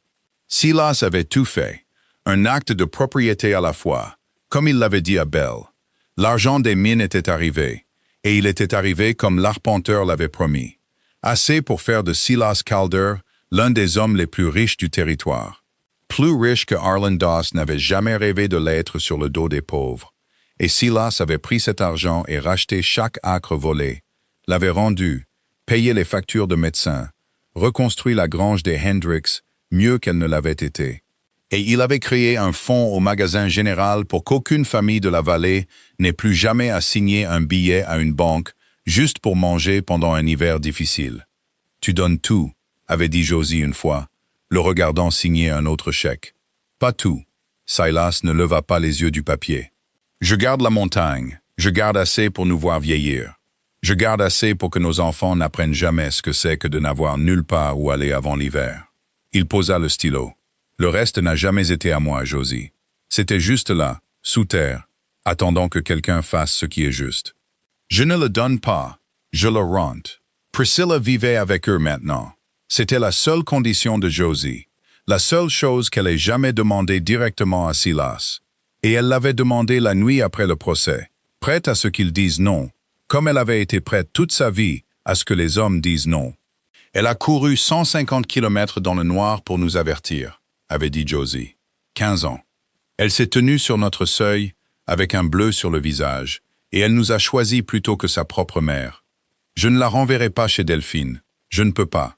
Silas, je sais que c'est beaucoup demandé. Je sais qu'elle n'est pas à toi, Josie. Silas lui avait pris les mains. Arrête, arrête, c'est tout. Il avait l'air presque blessé. Tu penses que je renverrai cet enfant à la femme qui a dit « D'accord pour nous brûler vifs » ? Tu as une si piètre opinion de moi encore. Non, non, c'est juste que... Cette fille a sauvé toutes les vies sur cette montagne. Sa voix s'était épaissie. Elle a un foyer ici aussi longtemps qu'elle le voudra, aussi longtemps qu'elle vivra.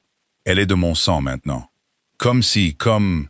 Il s'était arrêté, incapable de finir. Et Josie avait compris. Silas Calder, qui avait enterré sa propre famille et vécu 10 ans seul, plutôt que de risquer d'aimer à nouveau, venait d'avoir une fille, et n'avait pas les mots pour le dire. Elle reste, avait-il dit finalement. Bien sûr qu'elle reste. Quelle sorte de question est-ce là? Delphine essaya une fois de reprendre Priscilla. Elle monta à la montagne en été, 1 an environ après avoir vendu Josie sur la place, et elle vint dans une calèche de location, dans ses habits du dimanche, et elle s'assit dans cette calèche dans la cour de la cabane, et ne descendit pas, et elle appela sa fille d'une voix qui se voulait chaleureuse et qui sonnait froide. « Priscilla, Priscilla, viens maintenant. Tu as eu ton aventure. Il est temps de rentrer à la maison, chez ta mère. » Priscilla sortit de la cabane. Elle avait maintenant 16 ans et était plus grande. Et elle se tint sur le porche de la maison qu'elle avait choisie et regarda la femme dans la calèche pendant un long moment. « Vous lui avez dit? D'accord, dit-elle. Delphine cligna des yeux. « Quoi? » Quand M. Doss a dit qu'il brûlerait la cabane avec M. Calder à l'intérieur et prendrait Josie et ferait croire que c'était quelque chose d'horrible, vous avez dit « D'accord. » Vous avez dit que Josie allait de toute façon mal finir. La voix de Priscilla ne trembla pas. Josie, regardant depuis l'embrasure de la porte, la main sur la bouche, s'émerveilla de voir qu'elle ne tremblait pas. « J'étais dans les escaliers. Je vous ai entendu le dire, maman. Alors non, je ne rentrerai pas à la maison. Parce que la femme qui a dit « d'accord pour tuer ma sœur » n'est pas ma mère. Ma sœur est ma mère maintenant. Elle est la seule qui l'ait jamais été. Et Delphine Merritt resta assise dans sa calèche, sous le soleil de la montagne, sans rien à dire. Elle était venue en s'attendant à ce que la fille qu'elle avait élevée soit effrayée, s'attendant au vieux pouvoir, à la vieille obéissance, à l'enfant qui tressaillait. Et ce qu'elle trouva à la place, c'était une jeune femme avec une colonne vertébrale, debout sur un porche à côté d'une sœur dont elle avait été vendue. Et un homme balafré appuyé dans l'embrasure de la porte, la main posée tranquillement sur son propre fusil qu'il n'avait aucune intention de lever. Et Delphine comprit enfin qu'elle avait perdu. Pas la dispute, tout. Elle avait vendu la seule personne qui avait jamais aimé sa belle-fille honnêtement. Et elle l'avait fait pour des miettes. et il n'y avait aucun moyen de le récupérer. Tu le regretteras, dit Delphine. C'est sorti petit. Non, madame, dit Josie doucement, sortant sur le porche à côté de sa sœur. Je ne pense pas que nous le regretterons. Elle n'était pas cruelle à ce sujet. Elle avait découvert qu'elle n'avait pas de cruauté en elle, même pour ça. Vous pouvez partir maintenant, Delphine. Personne ici ne vous veut de mal. Mais personne ici ne va faire semblant non plus. Nous savons ce que vous êtes. Nous le pardonnons parce que le porter est trop lourd et nous avons de meilleures choses à porter. Mais nous ne l'oublions pas. Maintenant, rentrez chez vous et ne revenez pas sur cette montagne. Delphine partit. La calèche tourna dans la cour et redescendit la piste nord. Et aucun des trois ne la regarda s'éloigner, car aucun d'eux ne s'en souciait. Ils rentrèrent pour le souper, pour la vie qu'ils construisaient. Et ils laissèrent la femme descendre la montagne seule avec ce qu'elle avait fait, ce qui était une punition suffisante, et plus que ce qu'aucun d'eux n'aurait choisi pour elle. La ville trouva finalement sa nouvelle histoire sur Silas Calder. Ce n'était juste pas celle que tout le monde attendait. Ils s'étaient préparés, certains d'entre eux, à ce que l'homme nouvellement riche domine la ville qu'il avait craint. Qu'il achète la banque, le shérif, devienne le nouveau Harlan Doss, avec une meilleure raison. C'était ainsi que la vallée comprenait l'argent et le pouvoir. C'était la seule histoire qu'elle connaissait. Silas en raconta une autre. Il donna l'argent jusqu'à ce que les gens le supplient d'arrêter, puis il en donna plus. Il construisit une vraie maison de médecin pour la vallée et paya un vrai médecin pour y vivre. Il mit un instituteur à Crooked Pine et un poêle dans l'école. Et quand le vieux Tom Hurley, qui avait autrefois donné des bonbons à la menthe à Josie, qui avait attrapé la bride de Doss sur la place, devint trop perclus pour travailler sa petite propriété, ce fut Silas qui paya discrètement un ouvrier pour le faire à sa place. Et il ne dit jamais un mot, et laissa le vieil homme garder sa fierté. Et lentement, comme une ville change, Crooked Pine cessa de raconter l'histoire du monstre sur la montagne. Ils commencèrent à en raconter une autre, l'histoire de l'homme que tout le monde avait mal jugé. L'histoire de la fille qui ne voulait pas rester sur la charrette. L'histoire de comment toute une vallée avait laissé un homme riche la voler dans le noir pendant des années, jusqu'à ce qu'une laissée pour compte et un monstre se lèvent en plein jour et disent non.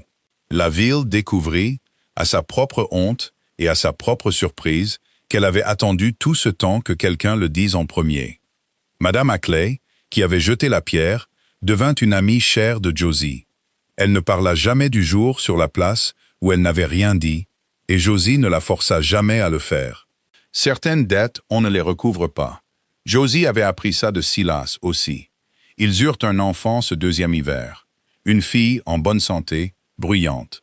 Et Josie la tenait près du feu de la cabane dans le grand froid, avec le bras de Silas autour d'eux deux, et Priscilla endormie dans la mezzanine au-dessus. Et elle pensa aux mots qui avaient tout commencé.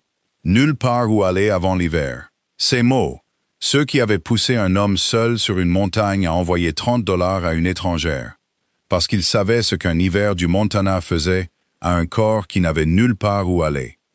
Parce qu'il avait enterré des gens qui n'avaient nulle part où aller. Tu sais à quoi je pense parfois, dit-elle doucement pour ne pas réveiller le bébé. À quoi donc? À quel point ça a failli ne jamais arriver? Josie regarda le feu. Si Delphine n'avait pas été assez cruelle pour me vendre, si tu n'avais pas été assez gentil pour envoyer l'argent, si je n'avais pas été assez têtu pour courir vers ce cheval au lieu de m'enfuir, si Prissy n'avait pas été assez courageuse pour courir 150 kilomètres dans le noir, si cet arpenteur ne s'était pas souvenu d'une promesse d'il y a 4 ans, elle secoua la tête. Tant de façons que ça n'arrive pas, tant de façons que je sois encore dans cette maison, ou pire. Et au lieu de ça, je suis ici, avec toi, avec elle. Elle leva les yeux vers lui. Ça me fait peur parfois, à quel point ça a failli ne pas arriver. Silas resta silencieux un moment, y réfléchissant, comme il réfléchissait à tout. Je ne le vois pas de cette façon, dit-il finalement. Avant, oui. Je pensais que le monde entier n'était que des coups de chance et de la malchance qui attendaient de vous tomber dessus. J'ai vécu 10 ans comme ça, ne voulant rien pour que rien ne puisse m'être pris. Il baissa les yeux sur sa fille, sur sa femme, sur le feu dans la maison qui avait été une forteresse et qui était maintenant juste une maison. Mais je pense que ce que j'en suis venu à croire, Josie, c'est que ce n'était pas si proche que ça.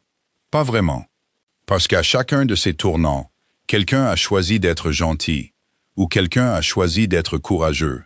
Toi, moi, cette petite fille là-haut dans la mezzanine, l'arpenteur, même toute cette ville désolée, quand il a finalement fallu, a choisi d'attraper une bride, au lieu de détourner le regard. Sa voix devint basse et sûre. Ce n'est pas de la chance. La chance, c'est aléatoire. C'étaient des gens qui choisissaient, encore et encore, la chose juste mais plus difficile. Et quand assez de gens font ça assez de fois, ça cesse de ressembler à un coup de chance, et ça commence à ressembler à la façon dont les choses devaient toujours se passer. Josie se blottait contre lui. Mon père disait, murmura-t-elle, qu'une personne n'est pas la pire chose qui lui soit jamais arrivée. Et elle n'est pas non plus la pire chose que quelqu'un ait jamais dite à son sujet. Ton père, dit Silas, était un homme sage. J'aurais aimé le connaître. Tu l'aurais aimé. Josie sourit contre son épaule. Il t'aurait aimé, même la jambe, même le mensonge. Elle sentit Silas étouffer un rire. Surtout le mensonge, probablement. Il disait toujours que la mesure d'un homme n'était pas de savoir s'il avait déjà fait le mal. C'était pourquoi il était prêt à faire le mal. Le feu se tassa. Le bébé dormait. Dehors, la montagne gardait son long silence, et la ville en bas gardait ses lampes. Et quelque part dans cette vallée, 11 familles dormaient sur une terre qui était de nouveau la leur. Acte de propriété en main, sans un centime de dette. Parce qu'un homme que tout le monde avait appelé un monstre s'était avéré être le seul parmi eux à n'avoir jamais été rien de tel. Josie Merritt était arrivé sur cette montagne 1 an plus tôt sans rien. Pas d'argent, pas de nom, pas d'affaires, même pas de vêtements de rechange. Vendue sur une place pendant qu'une ville riait. Elle était montée en se préparant à la cruauté, parce que la cruauté était tout ce qu'on lui avait jamais donné. Écoutant tout le long le deuxième sens, plus laid, caché sous les mots gentils. Et il n'y avait jamais eu de sens caché. C'était la vérité sur laquelle elle avait finalement bâti sa vie.